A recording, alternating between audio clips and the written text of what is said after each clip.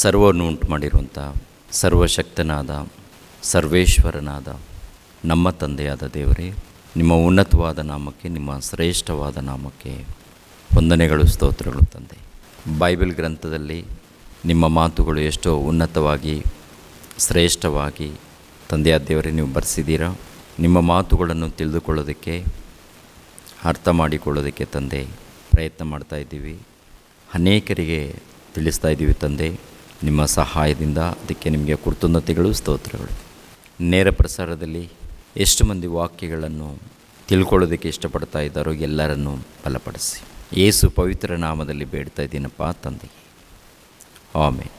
ರಕ್ಷಕನಾದ ಯೇಸು ಕ್ರಿಸ್ತರ ನಾಮದಲ್ಲಿ ನಿಮ್ಮೆಲ್ಲರಿಗೆ ನನ್ನ ಹೃದಯಪೂರ್ವಕದಿಂದ ವಂದನೆಗಳನ್ನು ತಿಳಿಸ್ತಾ ಇದ್ದೀನಿ.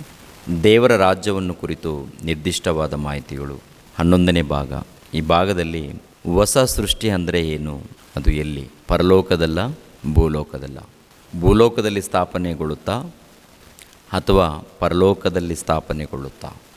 ನಿನ್ನೆ ದಿನದಂದು ಮತ್ತಾಯನ ಬರೆದ ಸುವಾರ್ತೆ 19ನೇ ಅಧ್ಯಾಯ 28ನೇ ವಚನ, ಪೇತ್ರನು ಬರೆದ ಪತ್ರಿಕೆ 2ನೇ ಪತ್ರಿಕೆಯಲ್ಲಿ 3ನೇ ಅಧ್ಯಾಯ 13ನೇ ವಚನ, ಪ್ರಕಟಣೆ ಗ್ರಂಥ 21ನೇ ಅಧ್ಯಾಯ 1ನೇ ವಚನ 2ನೇ ವಚನ, ಯೆಶಾಯ ಗ್ರಂಥ 66ನೇ ಅಧ್ಯಾಯ 22ನೇ ವಚನ, ಯೆಶಾಯ ಗ್ರಂಥ 65ನೇ ಅಧ್ಯಾಯ 17ನೇ ವಚನದಿಂದ 25ನೇ ವಚನದವರೆಗೆ ನಿನ್ನೆ ಓದಿದ್ದೀವಿ.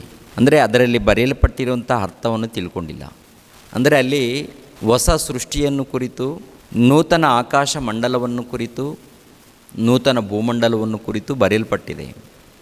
ಬರುತ್ತಂತಿದೆಯಾ, ಬಂದಿದೆಯಂತಿದೆಯಾ, ಬಂದಿದೆಯಾ, ಬಂದಿಲ್ವಾ, ಸ್ಥಾಪನೆಗೊಳ್ಳುತ್ತಾ, ಒಂದು ವೇಳೆ ಸ್ಥಾಪನೆ ಎಲ್ಲಿಗೊಳ್ಳುತ್ತೆ, ಪರಲೋಕದಲ್ಲ ಭೂಲೋಕದಲ್ಲ, ಮಧ್ಯ ಆಕಾಶದಲ್ಲ.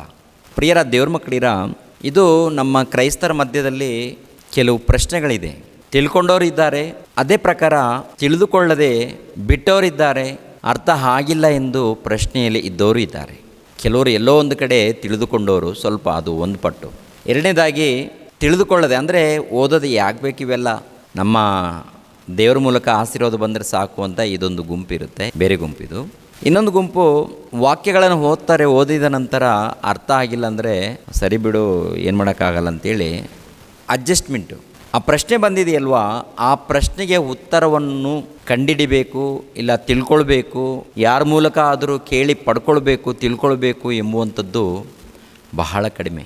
ಆದರೆ ತಂದೆಯಾದ ದೇವರು ಒಂದು ಅವಕಾಶವನ್ನು ಕೊಟ್ಟಿದ್ದಾರೆ, ಪ್ರತಿಯೊಬ್ಬರಿಗೆ ತಿಳಿದುಕೊಳ್ಳೋದಕ್ಕೆ ಅವಕಾಶವನ್ನು ಕಲ್ಪಿಸಿ ಕೊಟ್ಟಿದ್ದಾರೆ. ಪ್ರಿಯರೇ, ಮೊದಲನೇದಾಗಿ ಆ ವಚನದಲ್ಲಿ ಎಷ್ಟು ಪ್ರಶ್ನೆಗಳಿದೆಯೋ ಆ ಪ್ರಶ್ನೆಗಳನ್ನು ಕುರಿತು ಆಲೋಚನೆ ಮಾಡಿ, ಆ ಪ್ರಶ್ನೆಗಳಿಗೆ ಉತ್ತರವನ್ನು ವಾಕ್ಯದ ಮೂಲಕ ತಿಳಿದುಕೊಳ್ಳೋಣ. ಪ್ರಿಯರ ದೇವ್ರ ಮಕ್ಕಳಿರ, ಯೆಶಾಯನ ಗ್ರಂಥ 65ನೇ ಅಧ್ಯಾಯ 17ನೇ ವಚನದಿಂದ 25ನೇ ವಚನದವರೆಗೆ, ಅಂದರೆ 17ರಿಂದ 25 ಅಂದರೆ 8 ವಚನಗಳು. ಈ 8 ವಚನದಲ್ಲಿ ಎಷ್ಟು ಪ್ರಶ್ನೆಗಳು ಬರುತ್ತೋ ಅನ್ನೋದನ್ನು ಒಂದು ಸಾರಿ ಆಲೋಚನೆ ಮಾಡೋಣ. ಈಗ ನೂತನ ಆಕಾಶ ಮಂಡಲವನ್ನು, ನೂತನ ಭೂಮಂಡಲವನ್ನು ಸೃಷ್ಟಿಸುವೆನು ಅಂತೇಳಿದ್ದಾರೆ. ಅಂದರೆ ನೂತನ ಆಕಾಶ ಮಂಡಲ, ನೂತನ ಭೂಮಂಡಲ ಸೃಷ್ಟಿ ಎಲ್ಲಿ, ಪರಲೋಕದಲ್ಲ ಭೂಲೋಕದಲ್ಲಿ, ಇದೊಂದು ಪ್ರಶ್ನೆ. ಎರಡನೇದಾಗಿ ಪ್ರಿಯರ ದೇವ್ರ ಮಕ್ಕಳಿರ, ಅದು ನೆನಪಿಗೆ ಬಾರದು. ಮೇಲ್ಗಡೆ ಮಾತು, ಮೊದಲಿದ್ದದ್ದನ್ನು ಯಾರು ಜ್ಞಾಪಿಸಿಕೊಳ್ಳರು ಅಂತಿರುತ್ತೆ, ಇದೊಂದು ಪ್ರಶ್ನೆ. ಅದು ನೆನಪಿಗೆ ಬಾರದು. ನಾನು ಮಾಡುವ ಸೃಷ್ಟಿ ಕಾರ್ಯದಲ್ಲಿಯೇ ಹರ್ಷಗೊಂಡು ಸದಾ ಉಲ್ಲಾಸಿಸಿರಿ ಅಂತ. ಅಂದರೆ ದೇವರು ಮಾಡೋ ಸೃಷ್ಟಿ ಕಾರ್ಯದಲ್ಲಿ ಸದಾ ಉಲ್ಲಾಸಿಸಿರಿ. ಇದು ಹೇಗೆ? ಆನಂತರ ಯೆರೂಸಲೇಮನ್ನು ಉಲ್ಲಾಸದ ನಿವಾಸವನ್ನಾಗಿಯೂ ಮಾಡುತ್ತೇನಂತ ಹೇಳಿದ್ದಾರೆ. ಇದು ಹೇಗೆ? ಅದರ ಜನರನ್ನು ಹರ್ಷಭರಿತರನ್ನಾಗಿಯೂ ಮಾಡುವೆನು. ಇದು ಹೇಗೆ? ಯೆರೂಸಲೇಮನ್ನು ದೃಷ್ಟಿಸುತ್ತಾ ಉಲ್ಲಾಸಿಸುವೆನು. ಅಂದರೆ ದೇವರು ಯೆರೂಸಲೇಮನ್ನು ನೋಡಿ ಉಲ್ಲಾಸ ಪಡ್ತಾರಂತೆ. ಇದು ಹೇಗೆ? ಅದರ ಜನರನ್ನು ಈಕ್ಷಿಸುತ್ತಾ ಹರ್ಷಗೊಳ್ಳುವೆನು. ರೋದನ ಶಬ್ದವು, ಪ್ರಲಾಪ ಧ್ವನಿಯು ಅಲ್ಲಿ ಇನ್ನೂ ಕೇಳಿಸವು.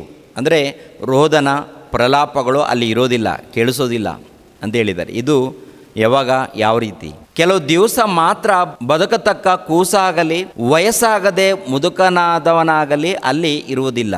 ಈ ಕೂಸು ಆನಂತರ ಮುದುಕರು ಇರುವುದಿಲ್ಲ ಅಂತ ಹೇಳ್ತಾರೆ, ಕೂಸುಗಳು. ಯುವಕನು 100 ವರ್ಷದೊಳಗೆ ಸಾಯನು. ಅಂದರೆ ಪಾಪಿಷ್ಠನಿಗೂ 100 ವರ್ಷದೊಳಗೆ ಶಾಪ ತಗಲದು. ಅಲ್ಲಿನ ಜನರು ತಾವು ಕಟ್ಟಿದ ಮನೆಗಳಲ್ಲಿ ತಾವೇ ವಾಸಿಸುವರು, ತಾವು ಮಾಡಿದ ತೋಟದ ಫಲವನ್ನು ತಾವೇ ಅನುಭವಿಸುವರು. ಒಬ್ಬನು ಕಟ್ಟಿದ ಮನೆಯಲ್ಲಿ ಬೇರೊಬ್ಬನು ವಾಸಿಸನು. ಒಬ್ಬನು ಮಾಡಿದ ತೋಟದ ಫಲವು ಇನ್ನೊಬ್ಬನಿಗೆ ವಶವಾಗದು.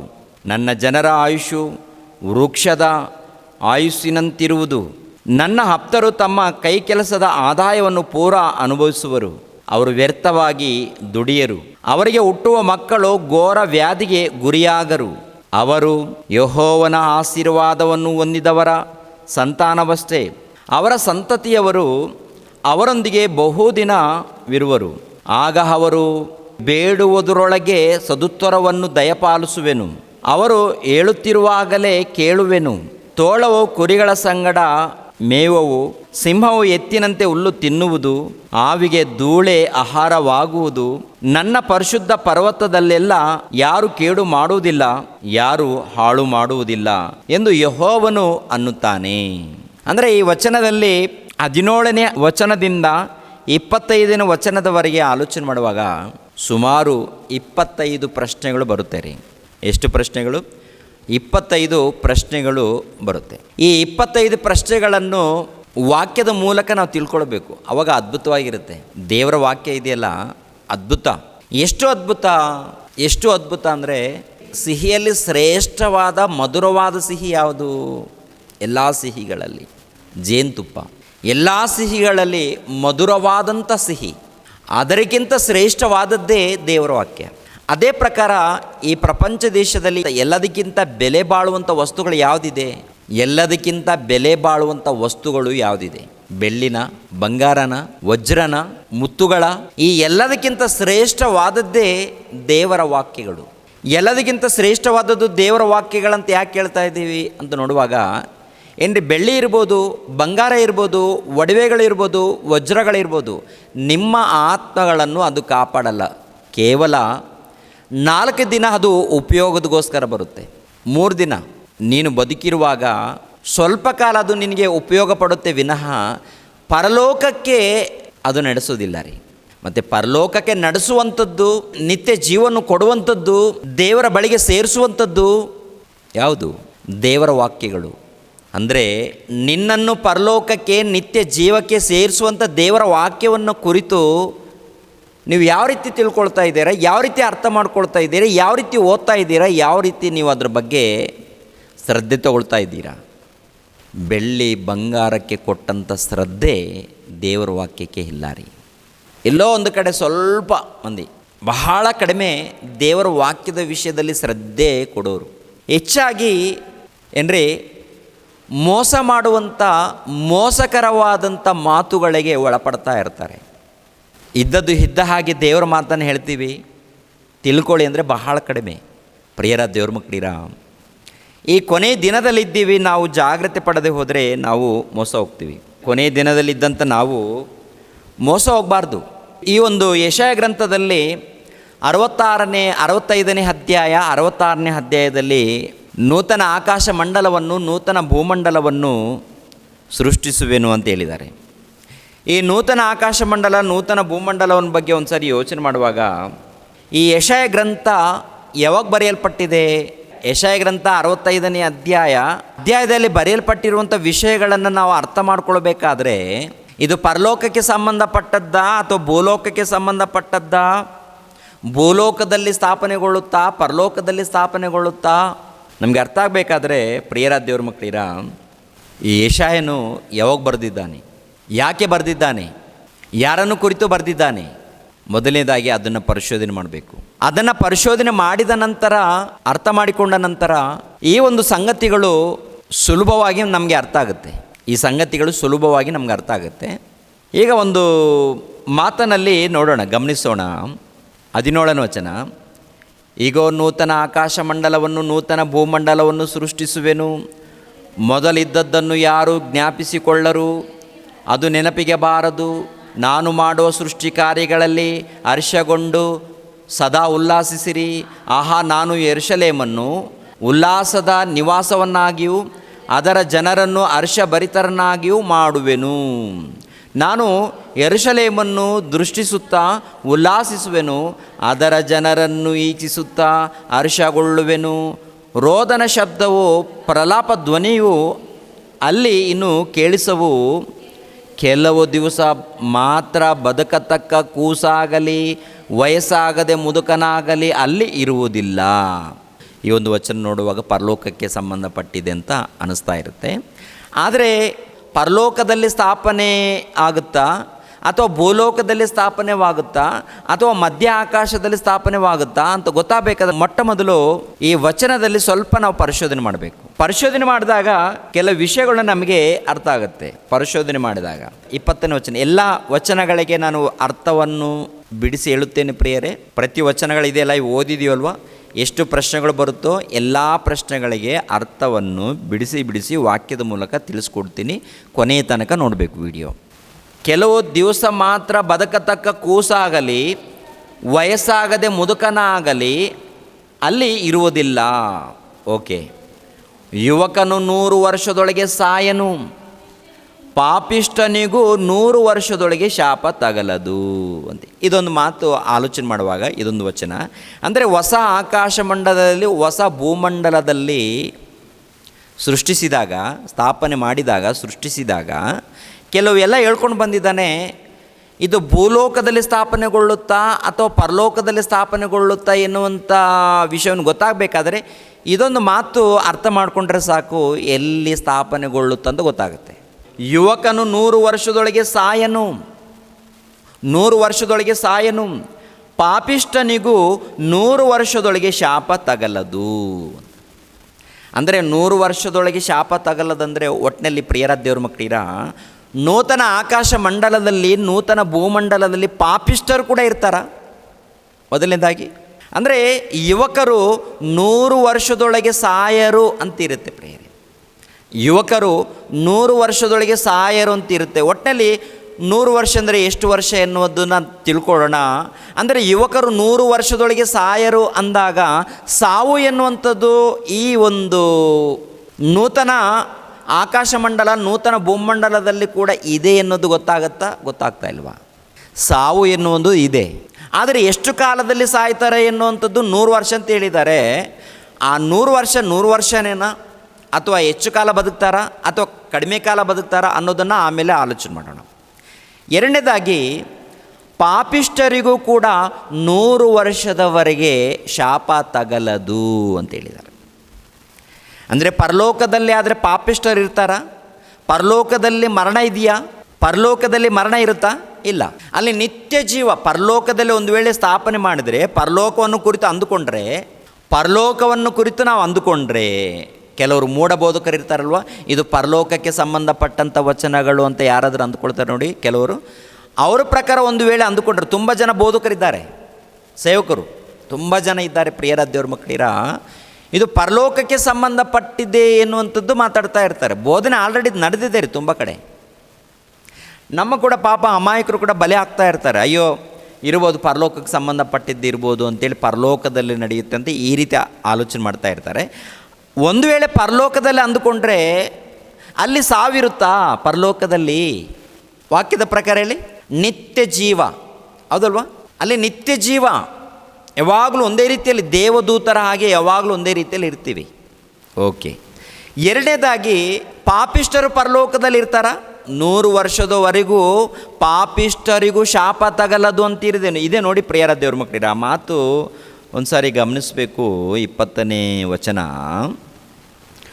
ಯುವಕರು 100 ವರ್ಷದೊಳಗೆ ಸಾಯನು, ಪಾಪಿಷ್ಠರಿಗೂ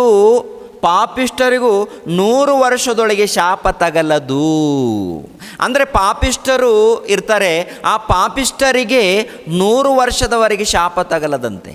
ಅಂದರೆ ಈ ವಚನದ ಪ್ರಕಾರ ಎಲ್ಲಿ ಅಂತ ಗೊತ್ತಾಗುತ್ತೆ ಪ್ರಿಯರ ದೇವ್ರ ಮಕ್ಕಳಿರ.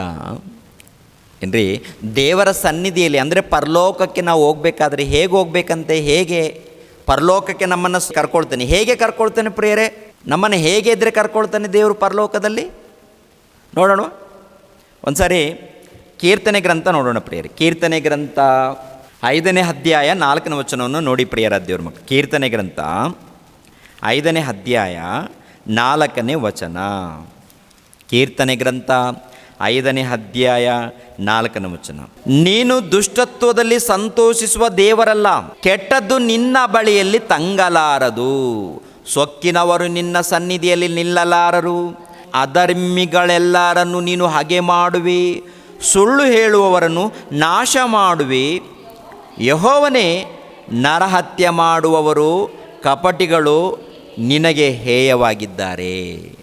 ಅಂದರೆ ಇವರೆಲ್ಲರ ಯಾರ ಗುಂಪು? ಇದೆಲ್ಲ ಅಂತ ಯಾರ ಗುಂಪು ಅಂತ ನೋಡುವಾಗ ದುಷ್ಟರ ಗುಂಪು, ಪಾಪಾತ್ಮರ ಗುಂಪು, ಪಾಪಿಷ್ಠರ ಗುಂಪು. ಪಾಪಿಷ್ಠರನ್ನು ಕುರಿತು ಏನಂತ ಬರೆಯಲ್ಪಟ್ಟಿದೆ? ದೇವರ ಸನ್ನಿಧಿಯಲ್ಲಿ, ಅಂದರೆ ದೇವರ ಬಳಿಯಲ್ಲಿ ನಿಲ್ಲಲಾರರು, ಆತನ ಸನ್ನಿಧಿಯಲ್ಲಿ ನಿಲ್ಲಲಾರರು ಅಂತ.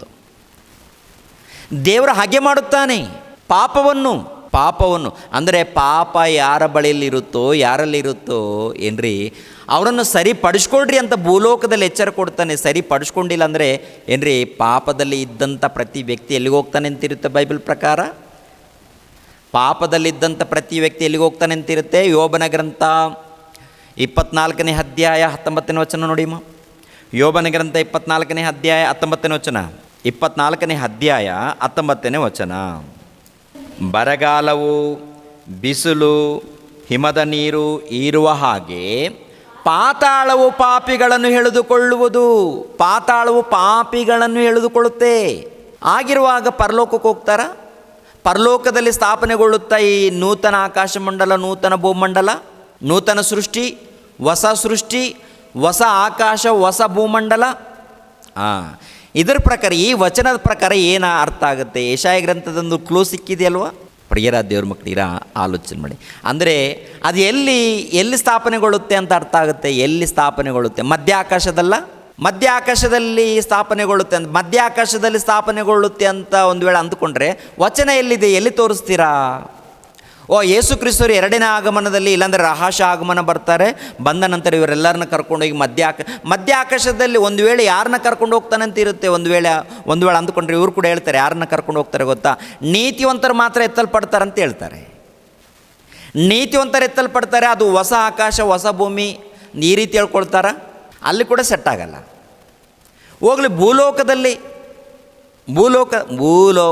ಅದು ಕರೆಕ್ಟಾಗಿ ಸೂಟ್ ಆಗುತ್ತೆ ರೀ. ಯಾಕೆಂದರೆ ಭೂಲೋಕದಲ್ಲಿ ಸ್ಥಾಪನೆಗೊಳ್ಳುತ್ತೆ ಅನ್ನುವಂಥ ವಿಷಯವನ್ನು ತಿಳಿಸೋದಕ್ಕೆ ಈ ಮಾತು ಹೇಳಿದ್ದಾರೆ ವಿನಃ ಪರಲೋಕದಲ್ಲಲ್ಲ, ಮಧ್ಯಾಕಾಶದಲ್ಲಲ್ಲ. ಮಧ್ಯಾಕಾಶದಲ್ಲಿ ಸ್ಥಾಪನೆ ಮಾಡ್ತೀನಂತ ಎಲ್ಲಿ ವಚನ ಇಲ್ಲ. ಪ್ರಿಯರ ದೇವ್ರ ಮಕ್ಕಳಿರ ಆಲೋಚನೆ ಮಾಡಿ. ಒಂದು ವೇಳೆ ಮಧ್ಯಾಕಾಶನೇ ಅಂತ ನೀನು ಅಂದುಕೊಂಡ್ರೆ ಈ ಭೂಮಿ ಎಲ್ಲಿದೆ ಗೊತ್ತಾ? ಒಂದು ವೇಳೆ ನೀನು ಮಧ್ಯಾಕಾಶ ಅಂದುಕೊಂಡ್ರೆ ಭೂಮಿ ಎಲ್ಲಿದೆಪ್ಪ? ಭೂಮಿ ಎಲ್ಲಿದೆ ಹೇಳಪ್ಪ? ಭೂಮಿ ಏನಾದರೂ ಕೆಳಗಡೆ ಅಂಟಿಕೊಂಡಿದೆಯಾ? ಭೂಮಿ ಕೆಳಗಡೆ ಏನಾದರೂ ಅಂಟಿಕೊಂಡಿದೆಯಾ? ಈ ಭೂಮಿ ಶೂನ್ಯದಲ್ಲಿ ಸುತ್ತುತ್ತಾ ಇದೆ. ಸೌರ ಕುಟುಂಬ ಗೊತ್ತಲ್ವ? ಸೂರ್ಯನು, ಚಂದ್ರನು, ಗ್ರಹಗಳು, ಈ ಸೌರ ಕುಟುಂಬ ಈ ಶೂನ್ಯದಲ್ಲಿ ಸುತ್ತುತ್ತಾ ಇವೆ. ಭೂಮಂಡಲ ಕೂಡ ಎಲ್ಲಿದೆ? ಶೂನ್ಯದಲ್ಲಿ ಇದೆ. ಒಂದು ವೇಳೆ ಮಧ್ಯಾಕಾಶ, ಆಲ್ರೆಡಿ ಭೂಮಿ ಶೂನ್ಯದಲ್ಲೇ ಇದೆ. ಮಧ್ಯಾಕಾಶದಲ್ಲಿ ಭೂಮಿ ಇದೆ. ಈ ಮಧ್ಯ ಆಕಾಶದಲ್ಲಿ ಭೂಮಿ ಇದೆಯಲ್ವ, ಇಲ್ಲೇ ಹೊಸ ಆಕಾಶ ಮಂಡಲವನ್ನು, ಹೊಸ ಭೂಮಂಡಲವನ್ನು ಸೃಷ್ಟಿ ಮಾಡ್ತಾನೆ. ಅದರಲ್ಲಿ 100 ವರ್ಷದೊಳಗೆ ಯುವಕರು ಸಾಯುವುದಿಲ್ಲ, ಪಾಪಿಷ್ಠರಿಗೂ 100 ವರ್ಷದ ತನಕ ಶಾಪ ತಗುಲುವುದಿಲ್ಲ. ಅದನ್ನು ಹೇಳಿದ್ದಾನೆ. ಇನ್ನೊಂದು ಮಾತನ್ನು ನೋಡೋಣ. ಎಫೆಸದವರಿಗೆ ಬರೆದ ಪತ್ರಿಕೆ 1ನೇ ಅಧ್ಯಾಯ 4ನೇ ವಚನ ನೋಡಿ. ಎಫೆಸದವರಿಗೆ ಬರೆದ ಪತ್ರಿಕೆ 1ನೇ ಅಧ್ಯಾಯ 4ನೇ ವಚನ. ಪ್ರಿಯರಾದ ದೇವರ ಮಕ್ಕಳಿರ, ಎಫೆಸದವರಿಗೆ ಬರೆದ ಪತ್ರಿಕೆ 1ನೇ ಅಧ್ಯಾಯ 4ನೇ ವಚನದಿಂದ, ಹೇಗೆಂದರೆ ನಾವು ಪ್ರೀತಿಯಲ್ಲಿ ನಡೆದು ಆತನ ಸನ್ನಿಧಿಯಲ್ಲಿ ಪರಿಶುದ್ಧರು, ದೋಷವಿಲ್ಲದವರು ಆಗಿರಬೇಕೆಂದು ನಮ್ಮನ್ನು ಜಗದುತ್ಪತ್ತಿಗೆ ಮುಂಚೆ ಕ್ರಿಸ್ತನಲ್ಲಿ ಆರಿಸಿಕೊಂಡನು. ಆತನು ತನ್ನ ಕೃಪೆಯನ್ನು ಪ್ರತ್ಯಾಗಿಗೆ ತರಬೇಕೆಂದು ನಮ್ಮನ್ನು ಯೇಸು ಕ್ರಿಸ್ತನ ಮೂಲಕ ತನ್ನ ಪುತ್ರನಾಗಿ ಸ್ವೀಕರಿಸುವುದಕ್ಕೆ ದಯಾಪೂರ್ವಕವಾದ ತನ್ನ ಚಿತ್ತಾನುಸಾರವಾಗಿ ಮೊದಲೇ ಸಂಕಲ್ಪ ಮಾಡಿದನು. ಅಂದರೆ 4ನೇ ವಚನದಲ್ಲಿ 5ನೇ ವಚನದಲ್ಲಿ ನೋಡುವಾಗ, ಹೇಗೆಂದರೆ ನಾವು ಪ್ರೀತಿಯಲ್ಲಿ ನಡೆದು ಆತನ ಸನ್ನಿಧಿಯಲ್ಲಿ ಪರಿಶುದ್ಧರು, ದೋಷವಿಲ್ಲದವರು ಆಗಿರಬೇಕೆಂದು ನಮ್ಮನ್ನು ಜಗದೋತ್ಪತ್ತಿಗೆ ಮುಂಚೆ ಕ್ರಿಸ್ತನಲ್ಲಿ ಆರಿಸಿಕೊಂಡನು. ಆತನು ತನ್ನ ಕೃಪೆಯನ್ನು ಪ್ರತ್ಯಾಗಿಗೆ ತರಬೇಕೆಂದು ನಮ್ಮನ್ನು ಯೇಸು ಕ್ರಿಸ್ತರ ಮೂಲಕ ತನ್ನ ಪುತ್ರನಾಗಿ ಸ್ವೀಕರಿಸುವುದಕ್ಕೆ ದಯಾಪೂರ್ವಕವಾದ ತನ್ನ ಚಿತ್ತಾನುಸಾರವಾಗಿ ಮೊದಲೇ ಸಂಕಲ್ಪ ಮಾಡಿದನು ಅಂತಾನೆ. ಅಂದರೆ ಪ್ರತಿಯೊಬ್ಬ ಭಕ್ತನು ನೀತಿವಂತನಾಗಿ ಪರಿಶುದ್ಧನಾಗಿ ದೋಷವಿಲ್ಲದವನಾಗಿ ಜೀವಿಸಿ ಪರಲೋಕಕ್ಕೆ ಹೋಗಬೇಕು ಯೇಸು ಕ್ರಿಸ್ತರ ಮೂಲಕ. ಯೇಸು ಕ್ರಿಸ್ತರ ಮೂಲಕ ನನ್ನ ಪುತ್ರರನ್ನಾಗಿ ಸ್ವೀಕರಿಸಬೇಕು. ದೇವರು ಹೇಳುತ್ತ ಮಾತು, ಯೇಸು ಕ್ರಿಸ್ತರ ಮೂಲಕ ನಾನು ಸ್ವೀಕರಿಸಬೇಕು. ಹೇಗಿರಬೇಕು ನನ್ನ ಮಕ್ಕಳು? ಪರಿಶುದ್ಧರಾಗಿರಬೇಕು, ದೋಷವಿಲ್ಲದವರಾಗಿರಬೇಕು, ಪಾಪ ಇಲ್ಲದವರಾಗಿರಬೇಕು. ಅಂಥವರನ್ನು ಯೇಸು ಕ್ರಿಸ್ತರ ಮೂಲಕ ನಾನು ಸ್ವೀಕರಿಸಬೇಕು. ಇಂಥ ಒಂದು ಸಂಕಲ್ಪ ಜಗತ್ತು ಉಂಟಾಗಲಾರ್ದ ಮೊದಲೇ ದೇವರು ಸಂಕಲ್ಪ ಮಾಡಿಕೊಂಡಿದ್ದಾನಂತೆ, ಯೋಜನೆ ಮಾಡಿಕೊಂಡಿದ್ದಾನಂತೆ. ಇವಾಗೆಲ್ಲ ಆತನ ಯೋಜನೆ, ಜಗತ್ತು ಉಂಟಾಗಲಾರ್ದ ಮೊದಲೇ ಅನೇಕ ಮಂದಿ ಮಕ್ಕಳು ಬೇಕು. ಆ ಮಕ್ಕಳು ಪರಿಶುದ್ಧರಾಗಿ ದೋಷವಿಲ್ಲದವರಾಗಿ ಇರಬೇಕು. ಅಂಥ ಮಕ್ಕಳನ್ನು ನಾನು ಯೇಸು ಕ್ರಿಸ್ತರ ಮೂಲಕ ಸ್ವೀಕರಿಸಬೇಕು. ಅಂದರೆ ಪರಲೋಕಕ್ಕೆ ಯಾರು ಹೋಗ್ತಾರಂತ ನೋಡುವಾಗ ಪರಿಶುದ್ಧರು ಹೋಗ್ತಾರೆ ವಿನಃ, ನೀತಿವಂತರು ಹೋಗ್ತಾರೆ ವಿನಃ ಅನೀತಿವಂತರು ಹೋಗಲ್ಲ. ಪರಲೋಕದಲ್ಲಿ ಪಾಪಿಗಳಿರಲ್ಲ, ಪರಲೋಕದಲ್ಲಿ ಪಾಪಾತ್ಮರಿರಲ್ಲ, ಪರಲೋಕದಲ್ಲಿ ಮರಣ ಇರೋದಿಲ್ಲ. ಆಗಿರುವಾಗ ಹೊಸ ಆಕಾಶ ಮಂಡಲದಲ್ಲಿ, ಹೊಸ ಭೂಮಂಡಲದಲ್ಲಿ, ನೂತನ ಆಕಾಶ ಮಂಡಲದಲ್ಲಿ, ನೂತನ ಭೂಮಂಡಲದಲ್ಲಿ ಏನಿರುತ್ತೆ ಅಂತ ಹೇಳಿದ್ದಾರೆ, 100 ವರ್ಷದೊಳಗೆ ಯುವಕರು ಸಾಯುವುದಿಲ್ಲ. ಪಾಪಿಷ್ಠರಿಗೂ ಕೂಡ 100 ವರ್ಷದ ತನಕ ಶಾಪ ತಗುಲುವುದಿಲ್ಲ. ಅಂದರೆ ಅದು ಭೂಲೋಕದಲ್ಲಿ ಸಂಭವಿಸುವಂಥ ವಿಷಯಗಳು. ಭೂಲೋಕದಲ್ಲಿ ಪ್ರಿಯರ ದೇವ್ರ ಮಕ್ಕಳಿರ, ಈ ಭೂಲೋಕದಲ್ಲಿ ಯಾವಾಗ ಸ್ಥಾಪನೆಗೊಳ್ಳುತ್ತೆ, ಯಾವಾಗ ಸ್ಥಾಪನೆಗೊಳ್ಳುತ್ತೆ ಅಂತ ಹೇಳಿದ್ದಾರೆ. ಅದು ಗೊತ್ತಾಗಬೇಕಾದ್ರೆ ಈ ಯೆಶಾಯ ಗ್ರಂಥ ಯಾವಾಗ ಬರೆಯಲ್ಪಟ್ಟಿದೆ, ಯಾಕೆ ಬರೆಯಲ್ಪಟ್ಟಿದೆ, ಯಾವ ಉದ್ದೇಶದಿಂದ ಇದನ್ನು ಬರೆದಿದ್ದಾರೆ ಅದನ್ನು ತಿಳ್ಕೊಳ್ಬೇಕಾಗತ್ತೆ. ದೇವರ ವಾಕ್ಯವನ್ನು ತಿಳ್ಕೊಳ್ಳೋದಕ್ಕೆ ತಾಳ್ಮೆ ಇದೆಯಾ ಪ್ರಿಯರೇ? ತಾಳ್ಮೆ ತಗೊಳ್ಳಿ. ಯಾಕೆಂದರೆ ಇವು ಅಷ್ಟು ಸುಲಭವಾಗಿ ಬರೋದಿಲ್ಲ. ನೋಡಿ, ಪ್ರಪಂಚ ಟೋಟಲ್ ಎಲ್ಲ ಕಡೆ ಹುಡುಕಿರಿ, ಎಲ್ಲ ಕಡೆ ಹುಡುಕಿರಿ, ಈ ಪ್ರಶ್ನೆಗಳಿಗೆ ಉತ್ತರ ಏನಾದರೂ ಸಿಗುತ್ತೋ ಒಂದು ಸಾರಿ ಪ್ರಿಯರ ದೇವ್ರ ಮಕ್ಕಳಿರ ನಾನು ಕಳಿಸ್ಕೊಡಿ. ಇಂಥವ್ರು ಹೇಳಿದ್ದಾರೆ ಬ್ರದರ್ ಅಂತ. ಈ ಕರ್ನಾಟಕದಲ್ಲಿ ಯಾವ ಮೂಲೆಯಲ್ಲಿ ಹುಡುಕಿದರೂ ಈ ಜ್ಞಾನ ಸಿಗಲ್ಲ. ಸತ್ಯವಾದ ಜ್ಞಾನ ದೇವರು ಕೊಟ್ಟಿದ್ದಾರೆ, ಉಚಿತವಾಗಿ ಕೊಟ್ಟಿದ್ದಾರೆ, ಉಚಿತವಾಗಿ ಹಂಚ್ತಾ ಇದ್ದೀವಿ. ಈ ಜ್ಞಾನವನ್ನು ಟೋಟಲ್ ಎಲ್ಲ ಕಡೆ ಸಾರಲ್ಪಡಬೇಕು, ಎಲ್ಲರಿಗೂ ಪ್ರಕಟಣೆವಾಗಬೇಕು, ಎಲ್ಲರಿಗೂ ತಿಳಿಸ್ಬೇಕು. ಆ ಕೆಲಸದಲ್ಲಿ ನಾವಿದ್ದೀವಿ. ಅದೇ ಪ್ರಕಾರ ನೀವು ಕೂಡ ಆ ಸುವಾರ್ತೆ ಕೆಲಸದಲ್ಲಿ ಇರಿ ಪ್ರಿಯರೇ, ದೇವರ ಕೆಲಸದಲ್ಲಿ. ಓಕೆನಾ? ಈ 65ನೇ ಅಧ್ಯಾಯ 66ನೇ ಅಧ್ಯಾಯ ನೋಡುವಾಗ ನೂತನ ಆಕಾಶ ಮಂಡಲದಲ್ಲಿ, ನೂತನ ಭೂಮಂಡಲದಲ್ಲಿ ನಡೆಯುವಂಥ ಕಾರ್ಯಕ್ರಮಗಳನ್ನು ಕುರಿತು ಬರೆದಿದ್ದಾರೆ. ಆ ಸಂಗತಿಗಳನ್ನು ವರ್ಣಿಸಿ ಹೋಲಿಸಿ ಬರೆದಿದ್ದಾರೆ. ಈ ಒಂದು ವಿಧವಾಗಿ ಯಾಕೆ ಬರೆದಿದ್ದಾರೆ, ಉದ್ದೇಶವೇನು, ಅದು ಯಾವಾಗ ಬರೆದಿದ್ದಾರೆ ಅಂತ ನೋಡುವಾಗ ಯೆಶಾಯನು ಬರೆದಿದ್ದಾರೆ ಪ್ರಿಯರೇ. ಯೆಶಾಯನು ಕ್ರಿಸ್ತ ಪೂರ್ವ 700ರಲ್ಲಿ ಯೆಶಾಯ ಪ್ರವಾದಿ ಈ ಗ್ರಂಥವನ್ನು ಬರೆದಿದ್ದಾರೆ. ಈ ಗ್ರಂಥದಲ್ಲಿ ಏನೇನು ವಿಷಯ ಇದೆಯಾ ಅಂತ ನೋಡುವಾಗ ಈ ಗ್ರಂಥದಲ್ಲಿ ಏನ್ರಿ, ಇಸ್ರಾಯೇಲ್ಯರು ಇದ್ದಾರಲ್ವ, ಇಸ್ರಾಯೇಲ್ಯರು ಯೆಹೂದ್ಯರು, ಈ ಯೆಹೂದ್ಯರು ಯೆರೂಸಲೇಮ್ ಪಟ್ಟಣದಲ್ಲಿ ಜೀವಿಸುವಂಥ ಪ್ರಜೆಗಳು. ಅವರ ಮಧ್ಯದಲ್ಲಿ ದೇವಾಲಯ ಇದೆ.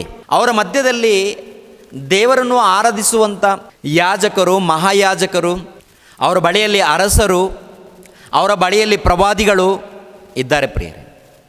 ಅವ್ರ ಬಳಿಯಲ್ಲಿ ಪ್ರವಾದಿಗಳು ಇದ್ದಾರೆ, ಯಾಜಕರು ಇದ್ದಾರೆ, ಮಹಾಯಾಜಕರು ಇದ್ದಾರೆ, ಅರಸರು ಇದ್ದಾರೆ, ಧರ್ಮಶಾಸ್ತ್ರ ಇದೆ. ಓಕೆ, ಇವೆಲ್ಲ ಇರುವಾಗ ಯೆಹೂದ್ಯರು ಯಾವ ರೀತಿ ಬದುಕಬೇಕು ಅಂದರೆ, ಇಸ್ರಾಯೇಲ್ ಜನಾಂಗದವರಲ್ಲಿ 2 ಭಾಗ ಆಗುತ್ತೆ. ಒಂದು ಉತ್ತರ ಭಾಗ, ಇನ್ನೊಂದು ದಕ್ಷಿಣ ಭಾಗ. ಉತ್ತರ ರಾಜ್ಯ, ದಕ್ಷಿಣ ರಾಜ್ಯ. ಅಂದರೆ ಇಸ್ರಾಯೇಲ್ಯರ 12 ಗೋತ್ರದವರು ಇದ್ದಾರಲ್ವ, ಇಸ್ರಾಯೇಲ್ಯರಲ್ಲಿ 12 ಗೋತ್ರ. ಈ 12 ಗೋತ್ರದಲ್ಲಿ 10 ಗೋತ್ರ ಒಂದು ರಾಜ್ಯವಾಗಿ ಕರೆಯಲ್ಪಡುತ್ತೆ, 2 ಗೋತ್ರ ಇನ್ನೊಂದು ರಾಜ್ಯವಾಗಿ ಕರೆಯಲ್ಪಡುತ್ತೆ. ಕೆಲವು ವರ್ಷಗಳಾದ ನಂತರ 10 ಗೋತ್ರದವರು ಅಂದರೆ ಇಸ್ರಾಯೇಲ್ಯರು ಎಂದು ಕರೆಯಲ್ಪಡುತ್ತಿರುವಂಥ ಈ 10 ಗೋತ್ರದವರು ಅಶೂರ್ಯರ ಸೆರೆಯೊಳಗೆ ಹೋಗ್ತಾರೆ. ಸೆರೆಯೊಳಗೆ ಅಂದರೆ ಅಶೂರ್ಯರು ಬಂದು ಸಮರ್ಯ ಪಟ್ಟಣವನ್ನು, ಅಂದರೆ ಇಸ್ರಾಯೇಲ್ ಜನಾಂಗದವರು 10 ಗೋತ್ರದವರು ಇರ್ತಾರಲ್ವ, ಅವರನ್ನು ಮುತ್ತಿಗೆ ಹಾಕಿ ಹೇಳ್ಕೊಂಡು ಹೋಗ್ತಾರೆ. ಈ ಸಮರ್ಯ ಪಟ್ಟಣದಲ್ಲಿ ಅಶೂರ್ಯರು ಕೆಲವರನ್ನು ತಂದು ಇರಿಸ್ತಾರೆ. ಈ ಸಮರ್ಯ ಪಟ್ಟಣದಲ್ಲಿ ಇದ್ದಂಥ ಇಸ್ರಾಯೇಲ್ ಜನಾಂಗದವರನ್ನು ಮುತ್ತಿಗೆ ಹಾಕಿ, ಅಂದರೆ ಕಟ್ಟೆ ಹಾಕ್ಕೊಂಡು ಹೇಳ್ಕೊಂಡು ಹೋಗ್ತಾರೆ ಪ್ರಿಯರೇ. ಅಡ್ಡ ಬಂದರೆ, ಯಾವನಾದರೂ ಅಡ್ಡ ಬಂದರೆ ಕಡ್ದು ಹಾಕುವಂಥದ್ದು, ಸಾಯಿಸುವಂಥದ್ದು, ಕೊಂದಾಕುವಂಥದ್ದು. ಆ ರೀತಿ ನಡೆದಿದೆ. ಇಸ್ರಾಯೇಲ್ರ ಒಂದು ಗುಂಪು ಹೋಗುತ್ತೆ, ಇಸ್ರಾಯೇಲ್ರ 10 ಗೋತ್ರ ನಾಶವಾಗುವಂಥದ್ದು. ಆನಂತರ ಉಳಿದಿರುವಂಥ ಯಾವ ಗೋತ್ರ ಅಂತ ನೋಡುವಾಗ, ಉಳಿದಿರೋರು ಯಾರಂತ ನೋಡುವಾಗ ಯೆಹೂದ್ಯರು 2 ಗೋತ್ರದವರು ಉಳಿತಾರೆ. ಈ 2 ಗೋತ್ರದವರು ಯೆರೂಸಲೇಮ್ ಪಟ್ಟಣದಲ್ಲಿ ಇದ್ದವರು. ಈ ಪ್ರಜೆಗಳ ವಿಷಯದಲ್ಲಿ, ಯೆರೂಸಲೇಮ್ ಪಟ್ಟಣದ ವಿಷಯದಲ್ಲಿ ಯೆಶಾಯನು ಪ್ರವಾದನೆ ಮಾಡ್ತಾನೆ. ಏನು ಪ್ರವಾದನೆ ಅಂತ ನೋಡುವಾಗ, ಮೊಟ್ಟ ಮೊದಲು ಯೆರೂಸಲೇಮ್ ಪಟ್ಟಣದಲ್ಲಿದ್ದಂಥ ಇಸ್ರೇಲ್ ಜನಾಂಗದವರು ಸಂಪೂರ್ಣವಾಗಿ ಕೆಟ್ಟೋಗಿದ್ದಾರೆ, ಸರಿಪಡಿಸ್ಕೊಳ್ರಿ ಅಂತೇಳಿ ಎಚ್ಚರಿಕೆ ಮಾತುಗಳು. ಅದಕ್ಕಿಂತ ಮುಂಚಿತವಾಗಿ ಇಸ್ರಾಯೇಲ್ರಿಗೂ ಎಚ್ಚರಿಕೆ ಮಾತುಗಳು, ಅಂದರೆ ಯೆಹೂದ್ಯರಿಗೆ ಅಣ್ಣಂದಿರಾಗಿರುವಂಥ ಇಸ್ರಾಯೇಲ್ರಿಗೆ ಎಚ್ಚರಿಕೆ ಮಾತುಗಳನ್ನು ಹೇಳಿದ್ದಾರೆ. ಆದರೂ ಅವರು ಕೇಳಿಲ್ಲ. ಕೊನೆಯದಾಗಿ ಅವರ ಹಾಗೆ ಇವರು ಕೂಡ ಹಾಗೇ ಇದ್ದಾರೆ. ಅದಕ್ಕೆ ದೇವರು ದುಃಖಪಟ್ಟು ಈ ಯೆಶಾಯನಿಗೆ ದರ್ಶನ ಕೊಡುವಂಥದ್ದು. ದರ್ಶನ ಕೊಟ್ಟು ಏನು ಹೇಳ್ತಾ ಇದ್ದಾರೆ ನೋಡಿ, ತಂದೆಯಾದ ದೇವರು ಹೇಳುವಂಥ ಮಾತು ನೋಡಿ ಇಸ್ರಾಯೇಲರನ್ನು ಕುರಿತು. ಯೆಶಾಯನ ಗ್ರಂಥ 1ನೇ ಅಧ್ಯಾಯ 1ನೇ ವಚನದಿಂದ, ಯೆಶಾಯನ ಗ್ರಂಥ 1ನೇ ಅಧ್ಯಾಯ 1ನೇ ವಚನದಿಂದ, ಯೆಹೂದ ದೇಶದ ಅರಸನಾದ ಉಜ್ಜೀಯ, ಯೋತಾಮ, ಅಹಾಜ, ಹಿಜ್ಕೀಯ ಇವರ ಕಾಲದಲ್ಲಿ ಯೆಹೂದದ ಮತ್ತು ಯೆರೂಸಲೇಮಿನ ವಿಷಯವಾಗಿ ಆಮೋಚನ ಮಗನಾದ ಯೆಶಾಯನಿಗೆ ಆದ ದೈವ ದರ್ಶನ. ಯೆಶಾಯನಿಗೆ ಆದ ದೈವ ದರ್ಶನ ಅಂದರೆ 4 ಮಂದಿ ಅರಸರಿರುವಂಥ ಕಾಲದಲ್ಲಿ ಯೆಶಾಯನು ಪ್ರವಾದನೆ ಮಾಡಿದ್ದಾನೆ. 4 ಮಂದಿ ಒಂದೇ ಕಾಲದಲ್ಲಿಲ್ಲ, ಒಂದೇ ಸಮಯದಲ್ಲಿದ್ದವರಲ್ಲ. ಮೊಟ್ಟ ಮೊದಲು ಉಜ್ಜೀಯನ ಕಾಲ ಮುಗಿದ ನಂತರ ಯೋತಾಮ ಬರ್ತಾನೆ, ಯೋತಾಮನ ಕಾಲ ಆದ ನಂತರ ಅಹಾಜ ಬರ್ತಾನೆ, ಅಹಾಜ ಆದ ನಂತರ ಹಿಜ್ಕೀಯ ಬರ್ತಾನೆ. ಈ 4 ಮಂದಿ ಅರಸರು ಆಳಿರುವಂಥ ಕಾಲದಲ್ಲಿ ಒಬ್ಬ ಪ್ರವಾದಿ ಅವರ ಮಧ್ಯದಲ್ಲಿ ಯೆಶಾಯನಿದ್ದಾನೆ. ಏನ್ರಿ, ಯೆಹೂದ್ಯರನ್ನು ಕುರಿತು, ಇಸ್ರಾಯೇಲ್ಯರನ್ನು ಕುರಿತು ಪ್ರವಾದನೆ ಹೇಳುವಂಥದ್ದು ದೈವ ದರ್ಶನ ಆಗಿದಂತೆ. ಏನು ದೈವ ದರ್ಶನ? ದೇವರು ಕೊಟ್ಟಂಥ ಈ ದರ್ಶನದಲ್ಲಿ ನೋಡುವಾಗ, ಆಕಾಶ ಮಂಡಲವೇ ಆಲಕಿಸು, ಭೂಮಂಡಲವೇ ಕೇಳು, ಯೆಹೋವನು ಮಾತಾಡುತ್ತಿದ್ದಾನೆ. ಯೆಶಾಯನಿಗೆ ದರ್ಶನ ಬಂದಿದೆ. ಆ ದರ್ಶನದಲ್ಲಿ ಯೆಹೋವನು ಮಾತನಾಡ್ತಾ ಇದ್ದಾನಂತೆ. ಆಕಾಶ ಮಂಡಲವೇ ಆಲಿಸು, ಭೂಮಂಡಲವೇ ಕೇಳು, ಯೆಹೋವನು ಮಾತಾಡುತ್ತಿದ್ದಾನೆ. ಏನು ಮಾತನಾಡ್ತಾ ಇದ್ದಾನಂತ ನೋಡುವಾಗ, ಪ್ರಿಯರ ದೇವ್ರ ಮಕ್ಕಳಿರ, ನಾನು ಸಾಕಿ ಸಲಹಿದ ಮಕ್ಕಳೇ ನನಗೆ ದ್ರೋಹ ಮಾಡಿದ್ದಾರೆ. ಎತ್ತು ಯಜಮಾನನನ್ನು, ಕತ್ತೆ ಒಡೆಯನ ಕೊಟ್ಟಿಗೆ ಗೋದಲಿಯನ್ನು ತಿಳಿದಿರುವುದು. ಇಸ್ರಾಯೇಲ್ ಜನರಿಗೂ ತಿಳುವಳಿಕೆ ಇಲ್ಲ, ನನ್ನ ಪ್ರಜೆಯು ಆಲೋಚಿಸುವುದಿಲ್ಲ. ಪಾಪಿಷ್ಟ ಜನವೇ, ಅಧರ್ಮ ಭಾರ ಹೊತ್ತಿರುವ ಪ್ರಜೆಯೇ, ದುಷ್ಟ ಜಾತಿಯೇ, ದ್ರೋಹಿಗಳಾದ ಮಕ್ಕಳೇ, ನಿಮ್ಮ ಗತಿಯನ್ನು ಏನು ಹೇಳಲಿ? ಯೆಹೋವನನ್ನು ತೊರೆದಿದ್ದಾರೆ. ಯೆಹೋವನನ್ನು ಅಂದರೆ ಒಟ್ಟಿನಲ್ಲಿ ನೋಡುವಾಗ, 1ನೇ ಅಧ್ಯಾಯದಲ್ಲಿ ನೋಡುವಾಗ ಪ್ರಿಯರ ದೇವ್ರ ಮಕ್ಕಳಿರ, ಅವರು ಯಾವ ರೀತಿ ಪಾಪದಲ್ಲಿದ್ದಾರೋ, ಯಾವ ರೀತಿ ದ್ರೋಹ ಮಾಡಿದ್ದಾರೋ, ಇವೆಲ್ಲವನ್ನು ಕೂಡ ತಂದೆಯಾದ ದೇವರು ನೊಂದುಕೊಂಡು ಆಕಾಶವೇ ಆಲಕಿಸು, ಭೂಮಂಡಲವೇ ಕೇಳು ಅಂತ. ಎಲ್ಲಿ? ಯೆಶಾಯನ ದರ್ಶನದಲ್ಲಿ. ಅಂದರೆ ಇಸ್ರಾಯೇಲ್ ಜನಾಂಗದವರು ಎಲ್ಲರೂ ಕೂಡ ಕೆಟ್ಟೋಗಿದ್ದಾರ. ಅಂದರೆ ಯೆಶಾಯನಿಗಿಂತ ಹೆಚ್ಚಾಗಿ ಯಾರಿಗೆ ಗೊತ್ತು? ದೇವ್ರಿಗೆ ಗೊತ್ತು. ಅಂದರೆ ಯಾವ ಮನುಷ್ಯನು ಎಲ್ಲಿ ತಪ್ಪು ಮಾಡ್ತಾ ಇದ್ದಾನೆ, ಎಲ್ಲಿ ಅನ್ಯಾಯ ಮಾಡ್ತಾ ಇದ್ದಾನೆ, ಏನೇನು ಮಾಡ್ತಾ ಎಲ್ಲ ಗೊತ್ತಿರೋದರಿಂದ ಅವರೆಲ್ಲ ವಿಷಯವನ್ನು ಹೇಳಿದ್ದಾನೆ. ಆನಂತರ ನೊಂದುಕೊಂಡು ಹೇಳಿರುವಂಥ ಮಾತೇನಂತ ನೋಡುವಾಗ, ಮತ್ತು ಪೂಜೆಗಳು ಮಾಡ್ತಾ ಇದ್ದಾರೆ, ಬಲಿಗಳು ಕೊಡ್ತಾ, ಇವೆಲ್ಲ ನಿಲ್ಲಿಸಿ, ಇವೆಲ್ಲ ಬೇಡ. ಮೊಟ್ಟ ಮೊದಲು ನಿಮ್ಮನ್ನು ತೊಳೆದುಕೊಳ್ಳ್ರಿ, ನೀವು ಶುದ್ಧಿ ಮಾಡಿಕೊಳ್ಳಿ.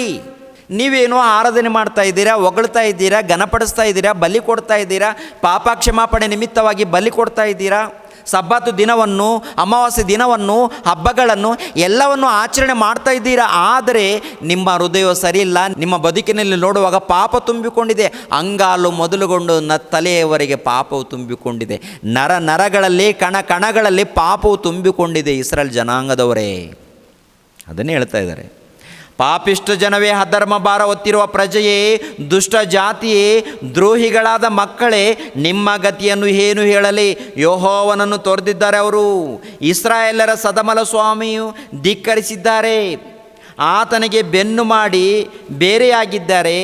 ಏಕೆ ದ್ರೋಹವನ್ನು ಹೆಚ್ಚಿಸಿ ಪೆಟ್ಟಿಗೆ ಗುರಿಯಾಗಿದ್ದೀರಿ? ತಲೆಯೆಲ್ಲ ರೋಗ, ಹೃದಯವೆಲ್ಲ ದುರ್ಬಲ, ಅಂಗಾಲಿನಿಂದ ನತ್ತಿಯ ತನಕ ಪೆಟ್ಟು, ಬಾಸುಂಡೆ, ಮಾಗದ ಗಾಯಗಳೇ ಹೊರತು ಏನು ಸೌಖ್ಯವಿಲ್ಲ. ಅವನ್ನು ಇಸುಕಿ ಮುಚ್ಚಿಲ್ಲ, ಕಟ್ಟಿಲ್ಲ, ಎಣ್ಣೆ ಸವರಿ ಮೃದು ಮಾಡಿಲ್ಲ. ನಿಮ್ಮ ದೇಶವು ಹಾಳಾಗಿದೆ, ನಿಮ್ಮ ಪಟ್ಟಣಗಳು ಸುಟ್ಟು ಹೋಗಿವೆ. ನಿಮ್ಮ ಭೂಮಿಯನ್ನು ಅನ್ಯರು ನಿಮ್ಮೆದುರಿಗೆ ನುಂಗಿಬಿಟ್ಟಿದ್ದಾರೆ. ಅಂದರೆ ನೋಡುವಾಗ ಏನ್ರಿ ವಿಗ್ರಹಾರಾಧನೆ ಪ್ರಾರಂಭವಾಗಿದೆ. ಅವರ ಮಧ್ಯದಲ್ಲಿ ಅನೇಕ ದ್ರೋಹಗಳು, ಎಂಥ ದ್ರೋಹ ಅಂತ ನೋಡುವಾಗ ಏನ್ರಿ 21ನೇ ವಚನವನ್ನು ನೋಡೋಣ. 21ನೇ ವಚನ.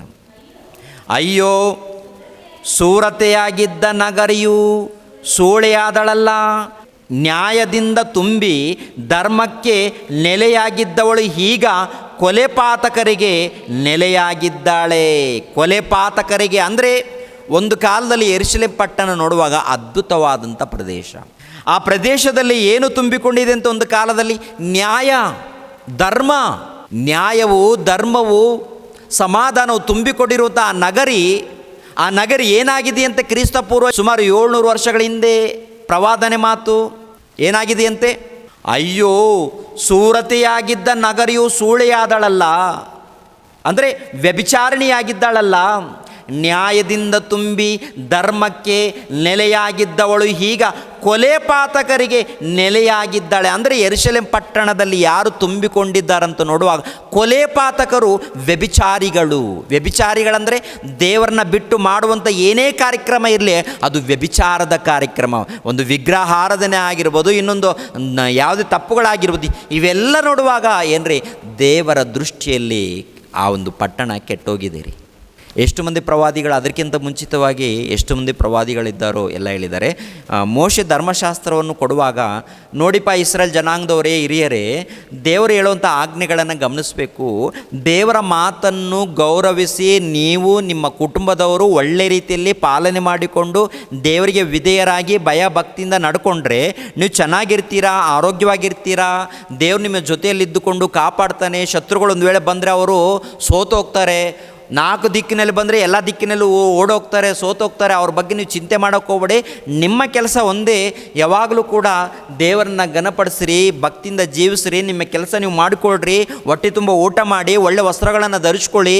ಆದರೆ ಇನ್ನೊಬ್ಬರಿಗೆ ಅನ್ಯಾಯ ಮಾಡಬೇಡಿ, ಇನ್ನೊಬ್ಬರಿಗೆ ಮೋಸ ಮಾಡಬೇಡಿ, ಇನ್ನೊಬ್ಬರ ಸೊತ್ತನ್ನು ದೋಚ್ಕೋಬೇಡಿ. ಒಟ್ಟಿನಲ್ಲಿ ಭಕ್ತಿಯಿಂದ ನಡೀರಿ. ನಿಮ್ಮ ಮೂಲಕ ಇನ್ನೊಬ್ಬರು ಸಂತೋಷವಾಗಿರಬೇಕೆ ವಿನಃ ಇನ್ನೊಬ್ಬರಿಗೆ ಮೋಸ ನಡಿಬಾರ್ದು. ಇದು ಜಾಗ್ರತೆಯಾಗಿ ಇರಿ ಅಂತ ತಂದೆಯಾದ ಪರಮಾತ್ಮನು ಒಂದು ಕಾಲದಲ್ಲಿ ಭಕ್ತರಿಗೆ ಹೇಳಿರುವಂಥ ಮಾತು. ಆದರೆ ಇವರೇನು ಮಾಡಿದ್ದಾರೆ? ಇದ್ದರೂ ಕೂಡ ಎಷ್ಟು ಮಂದಿ ಪ್ರವಾದಿಗಳು ಬಂದು ಬೋಧನೆ ಮಾಡಿದ್ರು ಕೆಟ್ಟೋಗಿದ್ದಾರೆ, ದ್ರೋಹಿಗಳಂತೆ. ಆ ಪರಮಾತ್ಮನು, ಆ ಸರ್ವೇಶ್ವರನು, ಆ ಸರ್ವಶಕ್ತನಾದ ದೇವರು ಹೇಳುವಂಥ ಮಾತಿನಂತ ನೋಡುವಾಗ ದ್ರೋಹಿಗಳಾಗಿದ್ದಾರೆ.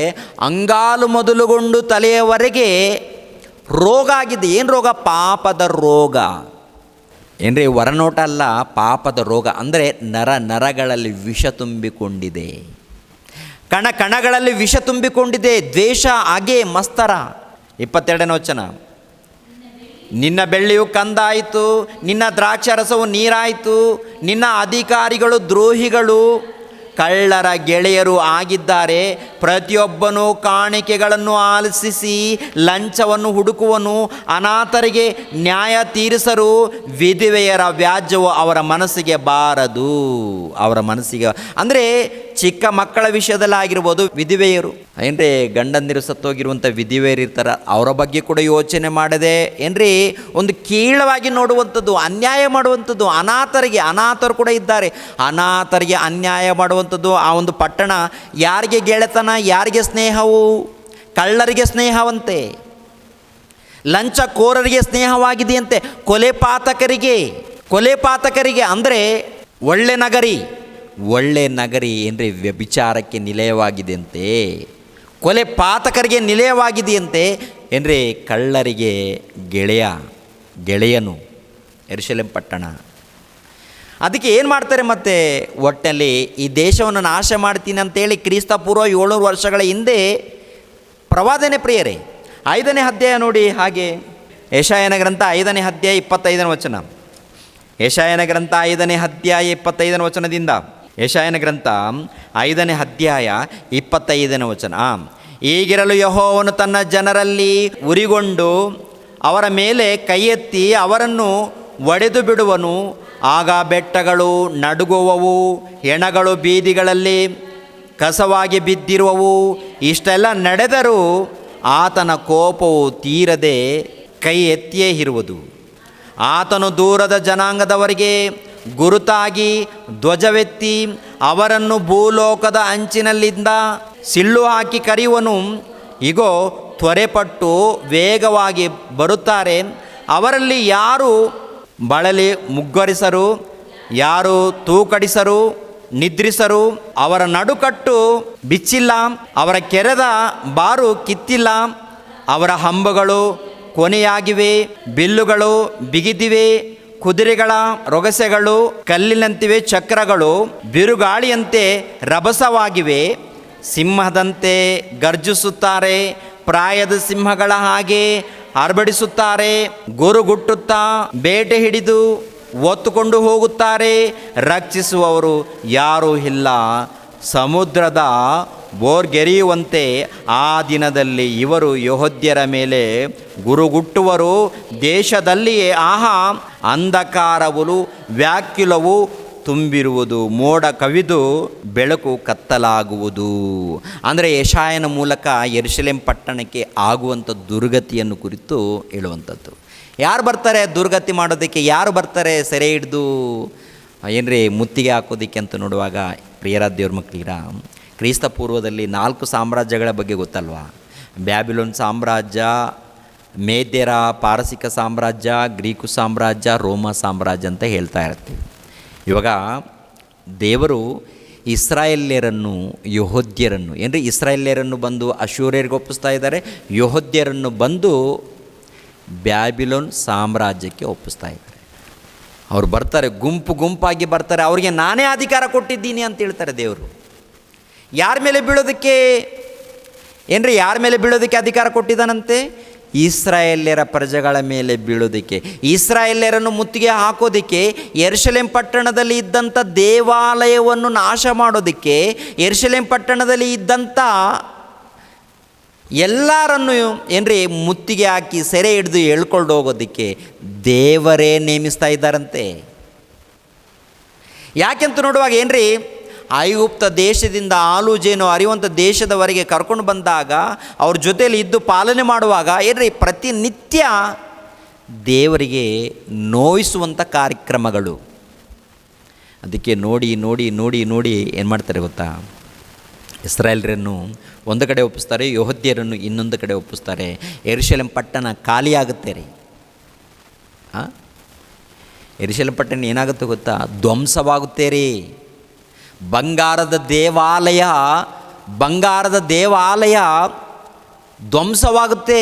ಕ್ರಿಸ್ತಪೂರ್ವ ಯೆಶಾಯನ ಮೂಲಕ ಪ್ರವಾದನೆ, ಇನ್ನು ಕೆಲವು ಮಂದಿ ಹೋಶಾಯನ ಆಗಿರ್ಬೋದು, ಕೆಲವರು ಪ್ರವಾದಿಗಳಿದ್ದಾರೆ, ಅವರ ಮೂಲಕ ಪ್ರವಾದನೆ ಅದೇ ಯೆರೂಸಲೇಮ್ ಪಟ್ಟಣವನ್ನು ಕುರಿತು. ಬ್ಯಾಬಿಲೋನ್ ಸಾಮ್ರಾಜ್ಯದವರು ಬರ್ತಾರೆ, ಅವರಿಗೆ ದೇವರು ಅಧಿಕಾರ ಕೊಟ್ಟಿದ್ದಾನೆ. ಕೊಟ್ಟ ನಂತರ ಅವರು ಬಂದು ಯೆರೂಸಲೇಮ್ಗೆ ಮುತ್ತಿಗೆ ಹಾಕಿ ಧ್ವಂಸ ಮಾಡ್ತಾರೆ, ಎಲ್ಲರನ್ನ ಎಳ್ಕೊಂಡು ಹೋಗ್ತಾರೆ ಅಂತ ಹೇಳಿರೋ ಪ್ರಕಾರ ಏನ್ರಿ ಕ್ರಿಸ್ತಪೂರ್ವ ಯೆಶಾಯ ಗ್ರಂಥ 700ರಲ್ಲಿದ್ದರೆ ಕ್ರಿಸ್ತಪೂರ್ವ 610ರಲ್ಲಿ ಏನ್ರಿ ಬ್ಯಾಬಿಲೋನ್ ಸಾಮ್ರಾಜ್ಯದವರು ಬಂದು ಮುತ್ತಿಗೆ ಹಾಕಿ ಮೊದಲನೇ ಸಾರಿ ಬಂದು ಕೆಲವು ಗುಂಪನ್ನು ಕರ್ಕೊಂಡು ಹೋಗ್ತಾರೆ, ಎರಡನೇ ಸಾರಿ ಬಂದು ಇನ್ನೂ ಕೆಲವರನ್ನು ಕರ್ಕೊಂಡು ಹೋಗ್ತಾರೆ, ಮೂರನೇ ಸಾರಿ ಬಂದು ಟೋಟಲ್ ಯೆರೂಸಲೇಮ್ ಪಟ್ಟಣವನ್ನು ಮುತ್ತಿಗೆ ಹಾಕಿ ಹೇಳ್ಕೊಂಡು ಹೋಗ್ತಾರೆ. ಇದು ಯೆರೂಸಲೇಮ್ ಪಟ್ಟಣದಲ್ಲಿ ಕ್ರಿಸ್ತಪೂರ್ವ 610ರಿಂದ 580 ತನಕ ನಡೆದಿರುವಂಥ ಇತಿಹಾಸ. ಅಂದರೆ ಯೆರೂಸಲೇಮ್ ಪಟ್ಟಣ ಇಸ್ರಾಯೇಲ್ಯರ ದೇವರು ಅಂತ ಹೇಳ್ತೀವಲ್ವ? ಹೌದು. ಆ ಇಸ್ರಾಯೇಲ್ ದೇವರೇ, ಯೆಹೋವನೇ, ತಂದೆಯಾದ ದೇವರೇ ಏನ್ರಿ ಮಕ್ಕಳು ದ್ರೋಹಿಗಳಾದಾಗ ಇವರನ್ನು ಏನು ಮಾಡ್ತಾರೆ ಗೊತ್ತಾ? ಅನ್ಯ ಜನಾಂಗದವ್ರು ಒಪ್ಪಿಸಿದ್ದಾರೆ. ಆ ಅಧಿಕಾರ ದೇವರು ಬ್ಯಾಬಿಲೋನ್ರವ್ರಿಗೂ ಅಶೂರಿಯರಿಗೂ ಅಧಿಕಾರ ಕೊಡ್ತಾನೆ. ಮತ್ತು ಎಷ್ಟು ಕಾಲ ಬ್ಯಾಬಿಲೋನ್ ಸಾಮ್ರಾಜ್ಯಕ್ಕೆ ಒಳಪಟ್ಟಿರಬೇಕು, ಅವರಿಗೆ ಬಾನಿಸರಾಗಿರಬೇಕು ಅಂತ ನೇಮಿಸಿರ್ತಾರೆ ಗೊತ್ತಾ? ಸುಮಾರು 70 ವರ್ಷಗಳ ಕಾಲ ಇಸ್ರಾಯೇಲ್ಯರು ಬ್ಯಾಬಿಲೋನ್ ಸಾಮ್ರಾಜ್ಯಕ್ಕೆ ಒಳಪಡಬೇಕು ಅಂತ ಇರ್ತಾರೆ. 70 ವರ್ಷಗಳ ಆದ ನಂತರ ಅವರನ್ನು ಯೆರೂಸಲೇಮ್ ಪಟ್ಟಣಕ್ಕೆ ಮತ್ತೆ ಕರ್ಕೊಂಡು ಬರ್ತೀನಿ ಅಂತ ಹೇಳ್ತಾರೆ ದೇವರು ಹೇಳುವಂಥ ಮಾತು. ಅಂದರೆ ಇಸ್ರೇಲ್ ಜನಾಂಗದವರನ್ನು ಯೆರೂಸಲೇಮ್ ಪಟ್ಟಣದಿಂದ ಬೇರೆ ಜನಾಂಗದವರಿಗೆ ಒಪ್ಪಿಸ್ತಾರೆ. ಮುತ್ತಿಗೆ ಹಾಕಿ ತೊಗೊಂಡೋಗ್ರಿ ಕರ್ಕೊಂಡೋಗ್ರಿ ಅಂತ ತನ್ನ ಮಕ್ಕಳನ್ನೇ ಒಪ್ಪಿಸ್ತಾರೆ. ಆನಂತರ ಯೆರೂಸಲೇಮ್ ಪಟ್ಟಣ ಧ್ವಂಸ ಮಾಡ್ತಾರೆ ಪ್ರೇರೆ. ಏನ್ರಿ ಎರಡನೇ ಅರಸುಗಳಲ್ಲಿ 23ನೇ ಅಧ್ಯಾಯ 24ನೇ ಅಧ್ಯಾಯ ನೋಡ್ರಿ, ನಿಮ್ಗೆ ಗೊತ್ತಾಗುತ್ತೆ. ಎರಡನೇ ಅರಸುಗಳು 22ನೇ ಅಧ್ಯಾಯದಿಂದ ಪೂರ್ತಿ ಅಧ್ಯಾಯವನ್ನು ನೋಡಿ, ಪೂರ್ತಿ ಗೊತ್ತಾಗುತ್ತೆ ಯೆರೂಸಲೇಮ್ ಪಟ್ಟಣವನ್ನು ಯಾವ ರೀತಿ ಧ್ವಂಸ ಮಾಡಿದ್ದಾರೋ, ಯಾವ ರೀತಿ ನಾಶ ಮಾಡಿದ್ದಾರೋ, ಇಸ್ರಾಯೇಲ್ಯರನ್ನು ಯೆಹೂದ್ಯರನ್ನು ಯಾವ ರೀತಿ ಸರ್ವನಾಶ ಮಾಡಿದ್ದಾರೋ ಎನ್ನುವಂಥ ವಿಷಯ ನಿಮ್ಗೆ ಗೊತ್ತಾಗುತ್ತೆ. ಇದು ಯೆಶಾಯನ ಮೂಲಕ ಪ್ರವಾದನೆ. ಮೊದಲನೇದಾಗಿ ಎಚ್ಚರಿಕೆ, ಎರಡನೇದಾಗಿ ತೀರ್ಪಾಗುತ್ತೆ. ಮೊದಲನೇದಾಗಿ ಇಸ್ರಾಯೇಲ್ ಜನಾಂಗದವರಿಗೆ ಎಚ್ಚರಿಕೆ ಕೊಡ್ತಾರೆ, ಅದಕ್ಕೆ ಒಳಪಡದೆ ಇರುವುದರಿಂದ ತೀರ್ಪು ಮಾಡ್ತಾರೆ. ಯೆರೂಸಲೇಮ್ ಪಟ್ಟಣ ಧ್ವಂಸವಾಗುತ್ತೆ. ಆ ನಂತರ 70 ವರ್ಷಗಳ ಆದ ನಂತರ ಮತ್ತೆ ನನ್ನ ಮಕ್ಕಳನ್ನು ನನ್ನ ದೇಶಕ್ಕೆ ಬರಮಾಡುವೆನು ಅಂಥೇಳಿ ಅದೇ ಪ್ರವಾದನೆ ಯೆಶಾಯ ಗ್ರಂಥದಲ್ಲಿ ಇದೆ ರೀ. ಅದೇ ಪ್ರವಾದನೆ ಯೆಶಾಯ ಗ್ರಂಥದಲ್ಲಿ ಮತ್ತೆ ಯೆಶಾಯನ ಮೂಲಕ ಬರೀತಾರೆ. ಯೆಶಾಯನಿಗೆ ದರ್ಶನ ಕೊಟ್ಟು ಆ ಮಾತನ್ನು ಕೂಡ ಒಂದು ಸಾರಿ ಯೆಶಾಯ ಗ್ರಂಥ 44ನೇ ಅಧ್ಯಾಯ, ಯೆಶಾಯ ಗ್ರಂಥ 44ನೇ ಅಧ್ಯಾಯ 24ನೇ ವಚನದಿಂದ ನೋಡೋಣ. ಯಾಕೆಂದರೆ 65ನೇ ಅಧ್ಯಾಯದಲ್ಲಿ ನೂತನ ಆಕಾಶ ಮಂಡಲವನ್ನು, ನೂತನ ಭೂಮಂಡಲವನ್ನು ಸೃಷ್ಟಿ ಮಾಡ್ತೀನಿ ಅಂತ ಹೇಳ್ತಾರಲ್ವ, ಅದರಲ್ಲಿ ಎಲ್ಲ ಅದ್ಭುತವಾದಂಥ ಕಾರ್ಯಗಳು ನಡೀತೆ ಅಂತ ಹೇಳ್ತಾರೆ ನೋಡಿ. ಅದು ಗೊತ್ತಾಗಬೇಕಾದ್ರೆ ಈ ಇಸ್ರಾಯೇಲ್ಯರ ಮಧ್ಯದಲ್ಲಿ ನಡೆದಿರುವಂಥ ವಿಷಯಗಳು, ಯೆಶಾಯನು ಯಾಕೆ ಬರೆದಿದ್ದಾನೆ, ಉದ್ದೇಶವೇನು, ಇವೆಲ್ಲ ಸ್ವಲ್ಪ ಗೊತ್ತಾದರೆ ಅದು ಅರ್ಥ ಆಗುತ್ತೆ. ಯೆಶಾಯನ ಗ್ರಂಥ 44ನೇ ಅಧ್ಯಾಯ 24ನೇ ವಚನದಿಂದ 28ನೇ ವಚನದವರೆಗೆ ನೋಡೋಣ. 24ನೇ ವಚನದಿಂದ, ನಿನ್ನನ್ನು ಗರ್ಭದಿಂದಲೂ ರೂಪಿಸುತ್ತಾ ಬಂದಿರುವ ನಿನ್ನ ವಿಮೋಚಕನಾದ ಯೆಹೋವನು ಹೀಗೆನ್ನುತ್ತಾನೆ. ಯಾರನ್ನು ಕುರಿತು ಹೇಳ್ತಾ ಇದ್ದಾನೆ ಗೊತ್ತಾ? ಯಾರನ್ನು ಕುರಿತು? ಮತ್ತೊಂದು ಸಾರಿ, ನಿನ್ನನ್ನು ಗರ್ಭದಿಂದಲೂ ರೂಪಿಸುತ್ತಾ ಬಂದಿರುವ ನಿನ್ನ ವಿಮೋಚಕನಾದ ಯೆಹೋವನು ಹೀಗೆನ್ನುತ್ತಾನೆ, ನಾನೇ ಸರ್ವ ಕಾರ್ಯಕರ್ತನಾದ ಯೆಹೋವನು, ನಾನೊಬ್ಬನೇ ಗಗನಮಂಡಲವನ್ನು ಹರಿವಿ ಭೂಮಂಡಲವನ್ನು ವಿಸ್ತರಿಸುವನಾಗಿದ್ದೇನೆ. ನನಗೆ ಸಹಾಯಕನುಂಟೋ? ನಾನು ಕೊಚ್ಚಿಕೊಳ್ಳುವವರ ಶಕುನಗಳನ್ನು ನಿರರ್ಥಕಪಡಿಸಿ ಕಣಿ ಹೇಳುವವರನ್ನು ಮರುಳುಗೊಳಿಸಿ ಜ್ಞಾನಿಗಳನ್ನು ಹಿಂದಕ್ಕೆ ತಳ್ಳಿ ಅವರ ತಿಳುವಳಿಕೆಯನ್ನು ಉಚ್ಚತನವಾಗ ಮಾಡಿ ನನ್ನ ಸೇವಕನ ಮಾತನ್ನು ಸ್ಥಾಪಿಸಿ ನನ್ನ ದೂತರ ಮಂತ್ರಾಲೋಚನೆಯನ್ನು ನೆರವೇರಿಸುವನಾಗಿದ್ದೇನೆ. ಯೆರೂಸಲೇಮು ಜನ ನಿವಾಸವಾಗುವುದು, ಯಹೂದದ ಪಟ್ಟಣಗಳು ತಿರುಗಿ ಕಟ್ಟಲ್ಪಡುವವು, ಅಲ್ಲಿನ ಆಳನ್ನು ಹಸನು ಮಾಡುವೆನು ಎಂದು ನಾನು ಮುಂತಿಳಿಸಿ ಜಲರಾಶಿಗೆ ಬತ್ತಿ ಹೋಗು, ನಿನ್ನಲ್ಲಿ ಸೇರುವ ನದಿಗಳು ಒಣಗಿಸುವೆನು ಎಂದು ನಾನು ಅಪ್ಪಣೆ ಕೊಡುವನಾಗಿದ್ದೇನೆ. ಮತ್ತು ಕೋರೇಶನ ವಿಷಯವಾಗಿ ಅವನು ನನ್ನ ಮುಂದೆ ಕಾಯುವನು. ಯೆರೂಸಲೇಮ್ ಕಟ್ಟಲ್ಪಡಲಿ, ದೇವಸ್ಥಾನದ ಅಸ್ತಿವಾರವು ಹಾಕಲ್ಪಡಲಿ ಎಂದು ಹೇಳಿ ನನ್ನ ಇಷ್ಟಾರ್ಥವನ್ನೆಲ್ಲ ನೆರವೇರಿಸತಕ್ಕವನು ಎಂಬುದಾಗಿ ಮಾತಾಡುವನಾಗಿದ್ದೇನೆ. ಅಂದರೆ ಇಸ್ರಾಯೇಲ್ ಜನಾಂಗದವರನ್ನು ಗರ್ಭದಿಂದ ನಾನು ಒತ್ತಿದ್ದೀನಿ, ನಿಮ್ಮನ್ನು ಎಲ್ಲಿಗೆ ಒಪ್ಪಿಸಿದ್ದೀನಿ? ಅನ್ಯರಿಗೆ ಒಪ್ಪಿಸಿದ್ದೀನಿ. ಇವಾಗ ನಿಮ್ಮನ್ನು ಮತ್ತೆ ನಾನು ಕಾಪಾಡ್ತೀನಿ, ಮತ್ತೆ ನಿಮ್ಮನ್ನು ಕಾಪಾಡುತ್ತೇನೆ. ಕಾಪಾಡೋದಕ್ಕೆ ಯಾರನ್ನು ನೇಮಿಸ್ತೀನಿ ಗೊತ್ತಾ? ಕಾಪಾಡೋದಕ್ಕೆ ಕೋರೇಶನನ್ನು ನೇಮಿಸ್ತೀನಿ. ಅಂದರೆ ಬ್ಯಾಬಿಲೋನ್ ಸಾಮ್ರಾಜ್ಯವನ್ನು ಸೋಲಿಸಿ ಪಾರಸಿಕ ಸಾಮ್ರಾಜ್ಯ ಅಧಿಕಾರಕ್ಕೆ ಬರುತ್ತೆ. ಈ ಪಾರಸಿಕ ಸಾಮ್ರಾಜ್ಯವನ್ನು ಅಧಿಕಾರದಲ್ಲಿ ಬರಬೇಕಾದರೆ ಕೋರೇಶನು ಎಂಬುವಂಥ ರಾಜನು ಸಿದ್ಧನಾಗ್ತಾನೆ ಪ್ರಿಯರೇ. ಕೋರೇಶನು ಎಂಬುವಂಥ ರಾಜನಿಗೆ ದೇವರ ಅಧಿಕಾರ ಕೊಟ್ಟಾಗ ಅವಾಗ ಬ್ಯಾಬಿಲೋನ್ ಸಾಮ್ರಾಜ್ಯವನ್ನು ಸ್ವಾಧೀನ ಮಾಡಿಕೊಳ್ತಾನೆ. ಬ್ಯಾಬಿಲೋನ್ ಸಾಮ್ರಾಜ್ಯವನ್ನು ಸ್ವಾಧೀನ ಮಾಡಿಕೊಂಡಾಗ ಅಂದರೆ ಪ್ರಪಂಚ ದೇಶವನ್ನು ಆಳುವಂಥ ಸಾಮ್ರಾಜ್ಯವನ್ನು ಸ್ವಾಧೀನ ಯಾರು ಮಾಡ್ಕೊಳ್ತಾರೋ ಗೊತ್ತಾ? ಕೋರೇಶನು. ಪಾರಸಿಕ ಸಾಮ್ರಾಜ್ಯ, ಮೇದ್ಯರ ಪಾರಸಿಕ ಸಾಮ್ರಾಜ್ಯ ಇದೆಯಲ್ವ, ಮೇದ್ಯ ಸಾಮ್ರಾಜ್ಯ ಒಂದು, ಪಾರಸಿಕ ಸಾಮ್ರಾಜ್ಯ ಒಂದು. ಇವರಿಬ್ಬರು ಸೇರಿ, ಮೇದ್ಯರು ಪಾರಸಿಕರು ಸೇರಿ ಪ್ರಿಯರ ದೇವ್ರ ಮಕ್ಕಳಿರ ಸಂಪೂರ್ಣವಾಗಿ ಧ್ವಂಸ ಮಾಡ್ತಾರೆ. ಮೊದಲನೇ ಅರಸನೇ ಯಾರಂತ ನೋಡುವಾಗ ಪಾರಸಿಕ ಸಾಮ್ರಾಜ್ಯವನ್ನು ಆಳುವಂಥ ಕೋರೇಶನು. ಈ ಕೋರೇಶನು ಬ್ಯಾಬಿಲೋನ್ ಸಾಮ್ರಾಜ್ಯವನ್ನು ಸ್ವಾಧೀನ ಮಾಡ್ಕೊಳ್ತಾನೆ. ಬ್ಯಾಬಿಲೋನ್ ಸಾಮ್ರಾಜ್ಯವನ್ನು ಸ್ವಾಧೀನಪಡಿಸ್ಕೊಂಡಾಗ ಏನ್ರಿ ಪ್ರಿಯರ ದೇವ್ರ ಮಕ್ಕಳಿರ, ಬ್ಯಾಬಿಲೋನ್ ಸಾಮ್ರಾಜ್ಯಕ್ಕೆ ಒಳಪಟ್ಟಿರ್ತಾರಲ್ವ, ಇರಾಕ್ನಲ್ಲಿ ಇದ್ದಂಥ ಪ್ರಜೆಗಳು, ಇರಾಕ್ ಎನ್ನುವಂಥ ಪಟ್ಟಣ ಇರುತ್ತಲ್ಲ, ಆ ಒಂದು ಪಟ್ಟಣದಲ್ಲಿ ಇದ್ದಂಥ ಪ್ರಜೆಗಳು ಯಾರಿದ್ದಾರೆ? ಇಸ್ರೇಲ್ ಜನಾಂಗದವರು. ಇಸ್ರೇಲ್ ಜನಾಂಗದವರಿದ್ದಾರೆ. ಈ ಇಸ್ರೇಲ್ ಜನಾಂಗದವರು ಅಲ್ಲಿದ್ದಾಗ ಅವರನ್ನು ದೇವರು ಬಿಡಿಸ್ಕೊಂಡು ಬರ್ತಾನೆ. ಯಾರ ಮೂಲಕ ಬಿಡಿಸ್ಕೊಂಡು ಬರ್ತಾನೆ ಗೊತ್ತಾ? ಕೋರೇಶನ ಮೂಲಕ. ಕೋರೇಶನ ಮೂಲಕ ಬಿಡುಗಡೆ ಕೊಡ್ತಾನೆ.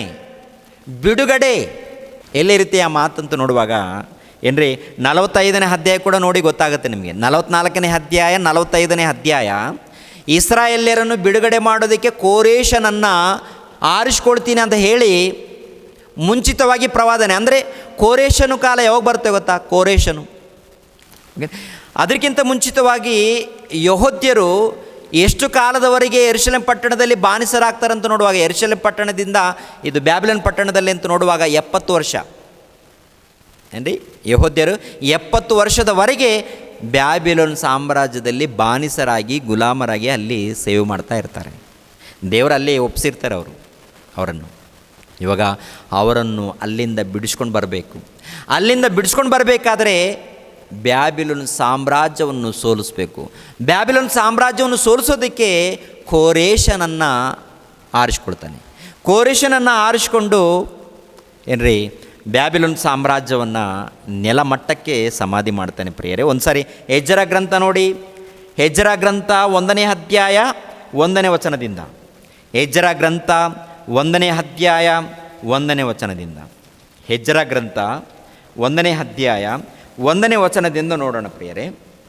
ಪಾರಸಿಯ ಅರಸನಾದ ಕೋರೇಶನ 1ನೇ ವರ್ಷದಲ್ಲಿ ಯೆಹೋವನು ತಾನು ಯೆರೆಮೀಯನ ಮುಖಾಂತರ ಹೇಳಿಸಿದ ವಾಕ್ಯವನ್ನು ನೆರವೇರಿಸುವುದಕ್ಕಾಗಿ ಆ ಪಾರಸಿಯ ರಾಜನಾದ ಕೋರೇಶನ ಮನಸ್ಸನ್ನು ಪ್ರೇರೇಪಿಸಿದರಿಂದ. ಅಂದರೆ ಕೋರೇಶನ ಬಗ್ಗೆ ಯೆಶಾಯನು ಪ್ರವಾದಿ ಮಾಡುತ್ತಾನೆ, ಯೆಶಾಯನು ಪ್ರವಾದನೆ ಮಾಡುತ್ತಾನೆ. ಅದೇ ಪ್ರಕಾರ ಯೆರೆಮೀಯ ಪ್ರವಾದಿ ಕೂಡ ಕೋರೇಶನ ಬಗ್ಗೆ ಪ್ರವಾದನೆ ಮಾಡ್ತಾನೆ. ಅಂದರೆ ಯೆರೆಮೀಯ ಪ್ರವಾದಿ ಯೆರೂಸಲೇಮನ್ನು ಕುರಿತು, ಯೆರೂಸಲೇಮ್ ನಾಶನವನ್ನು ಕುರಿತು ಯೆರೆಮೀಯನು ಪ್ರವಾದಿ ಮಾಡ್ತಾನೆ, ಯೆರೆಮೀಯನು ಕೂಡ ಪ್ರವಾದನೆ ಮಾಡ್ತಾನೆ. ಅದೇ ಪ್ರಕಾರ ಯೆಶಾಯನು ಕೂಡ ಪ್ರವಾದನೆ ಮಾಡ್ತಾನೆ. ಬ್ಯಾಬಿಲೋನ್ ಸಾಮ್ರಾಜ್ಯವನ್ನು ಕುರಿತು, ಅದೇ ಪ್ರಕಾರ ಮೇದ್ಯರ ಪಾರಸಿಕ ಸಾಮ್ರಾಜ್ಯವನ್ನು ಕುರಿತು ಹೇಳುವಂಥದ್ದು.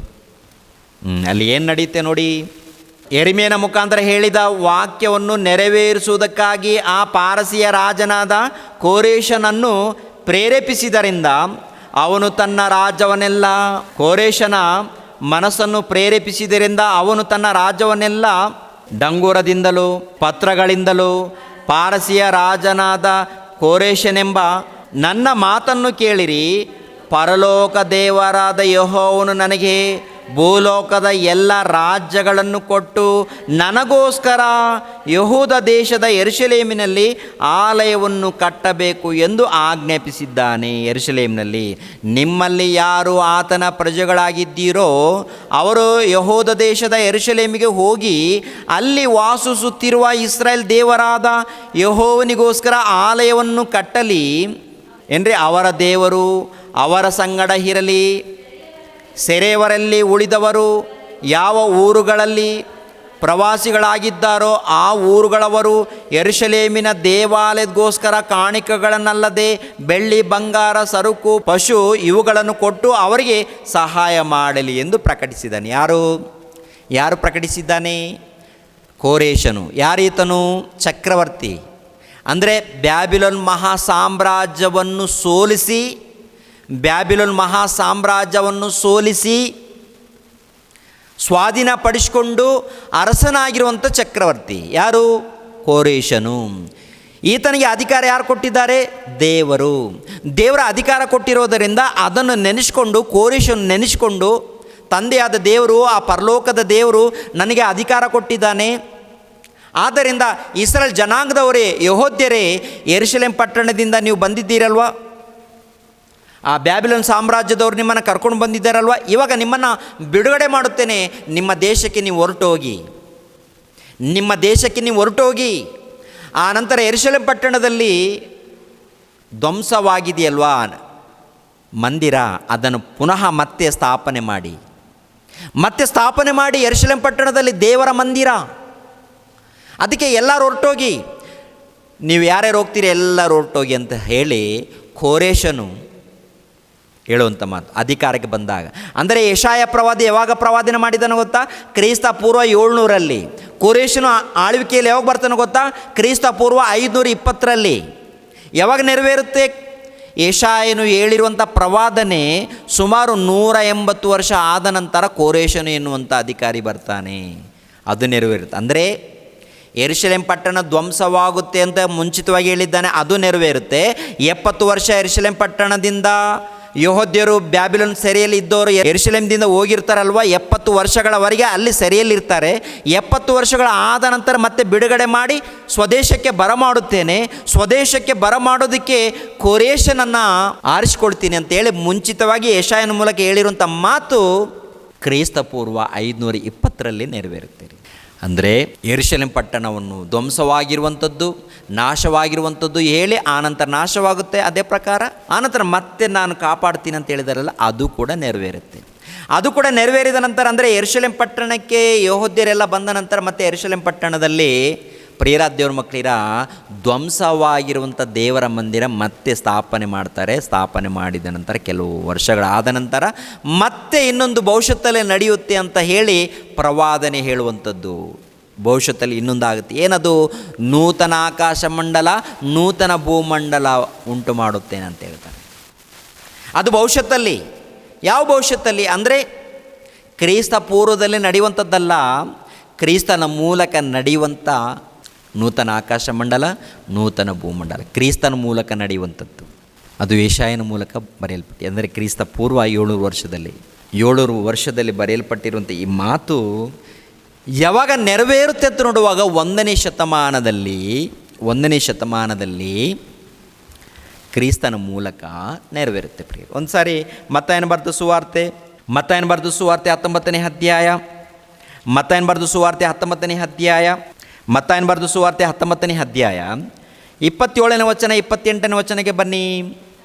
ಆಗ ಪೇತ್ರನು ಆತನು, ಹೀಗೋ ನಾವು ಎಲ್ಲ ಬಿಟ್ಟು ನಿನ್ನನ್ನು ಹಿಂಬಾಲಿಸಿದೆವು, ನಮಗೆ ಏನು ದೊರಕುವುದು ಎಂದು ಕೇಳಲು ಯೇಸು ಅವರಿಗೆ, ನಿಮಗೆ ಸತ್ಯವಾಗಿ ಹೇಳುತ್ತೇನೆ, ಹೊಸ ಸೃಷ್ಟಿಯಲ್ಲಿ ಮನುಷ್ಯಕುಮಾರನು ತನ್ನ ಮಹಿಮೆಯ ಸಿಂಹಾಸನದ ಮೇಲೆ ಕೂತುಕೊಳ್ಳುವಾಗ ನನ್ನನ್ನು ಹಿಂಬಾಲಿಸುವವರು ನೀವು ಸಹ 12 ಸಿಂಹಾಸನಗಳ ಮೇಲೆ ಕೂತುಕೊಂಡು ಇಸ್ರಾಯೇಲಿನ 12 ಕುಲಗಳಿಗೆ ನ್ಯಾಯ ತೀರಿಸುವಿರಿ. ಹೊಸ ಸೃಷ್ಟಿಯಲ್ಲಿ ಅಂತ ಹೇಳಿದ್ದಾನೆ. ಹಳೆ ಒಡಂಬಡಿಕೆಯಲ್ಲಿ ಯೆಶಾಯನ ಮೂಲಕ ಬರೆಯಲ್ಪಟ್ಟಿದೆಯಲ್ವಾ?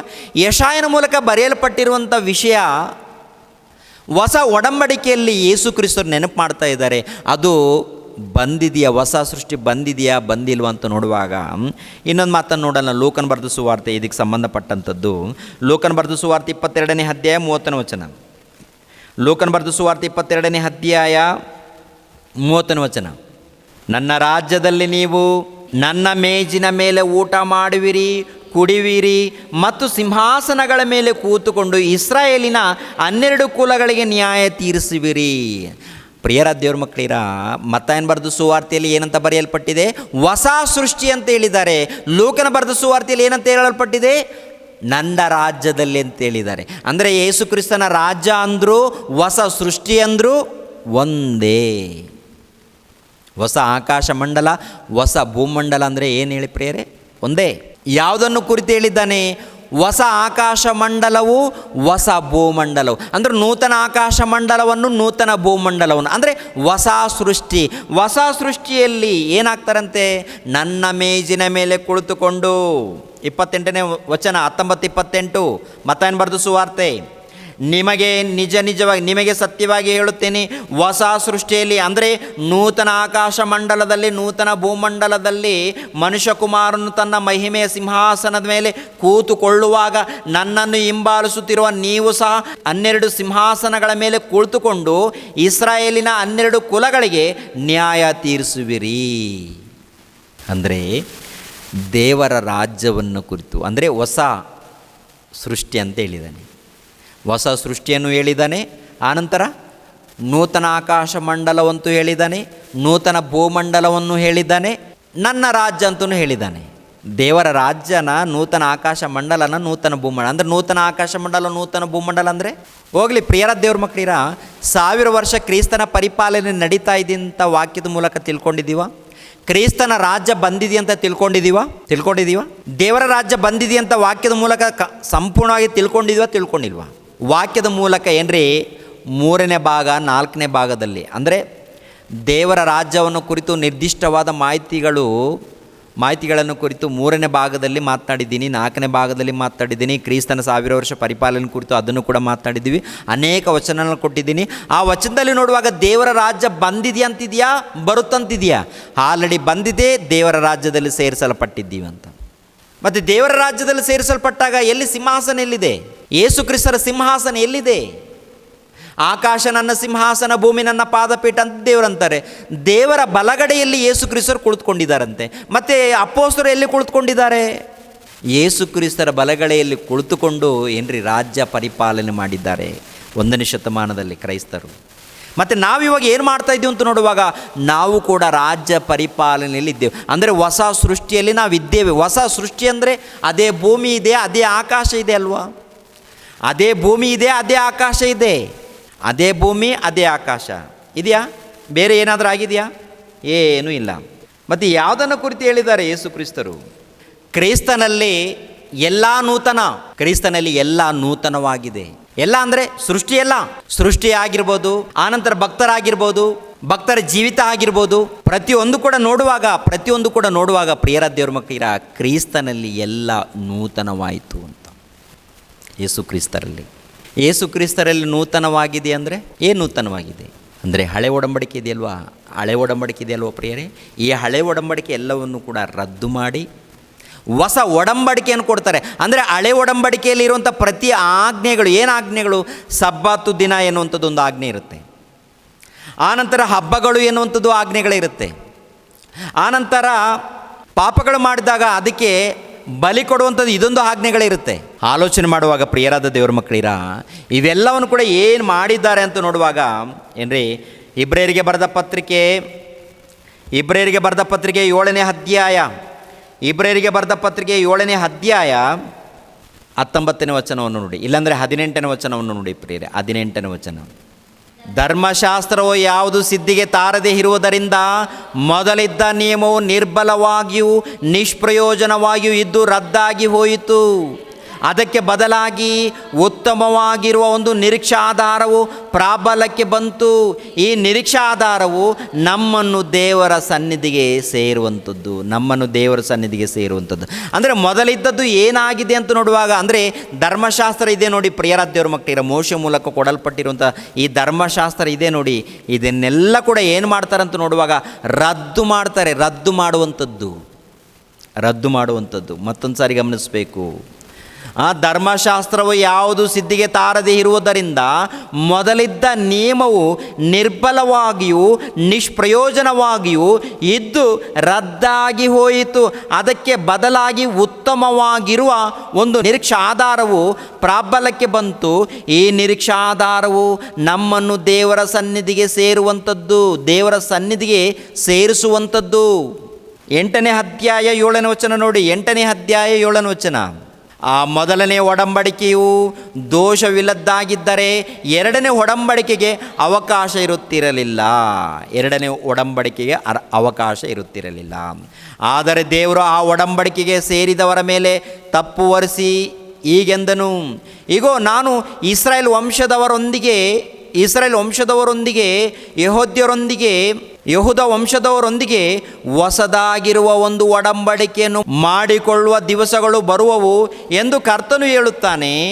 ಈ ಒಡಂಬಡಿಕೆಯು ನಾನು ಇವರ ಪಿತೃಗಳನ್ನು ಕೈ ಹಿಡಿದು ಐಗುಪ್ತ ದೇಶದೊಳಗಿಂದ ಕರಕೊಂಡು ಬಂದ ಕಾಲದಲ್ಲಿ ಅವರ ಸಂಗಡ ಮಾಡಿಕೊಂಡ ಒಡಂಬಡಿಕೆ ಅಂಥದ್ದಲ್ಲ.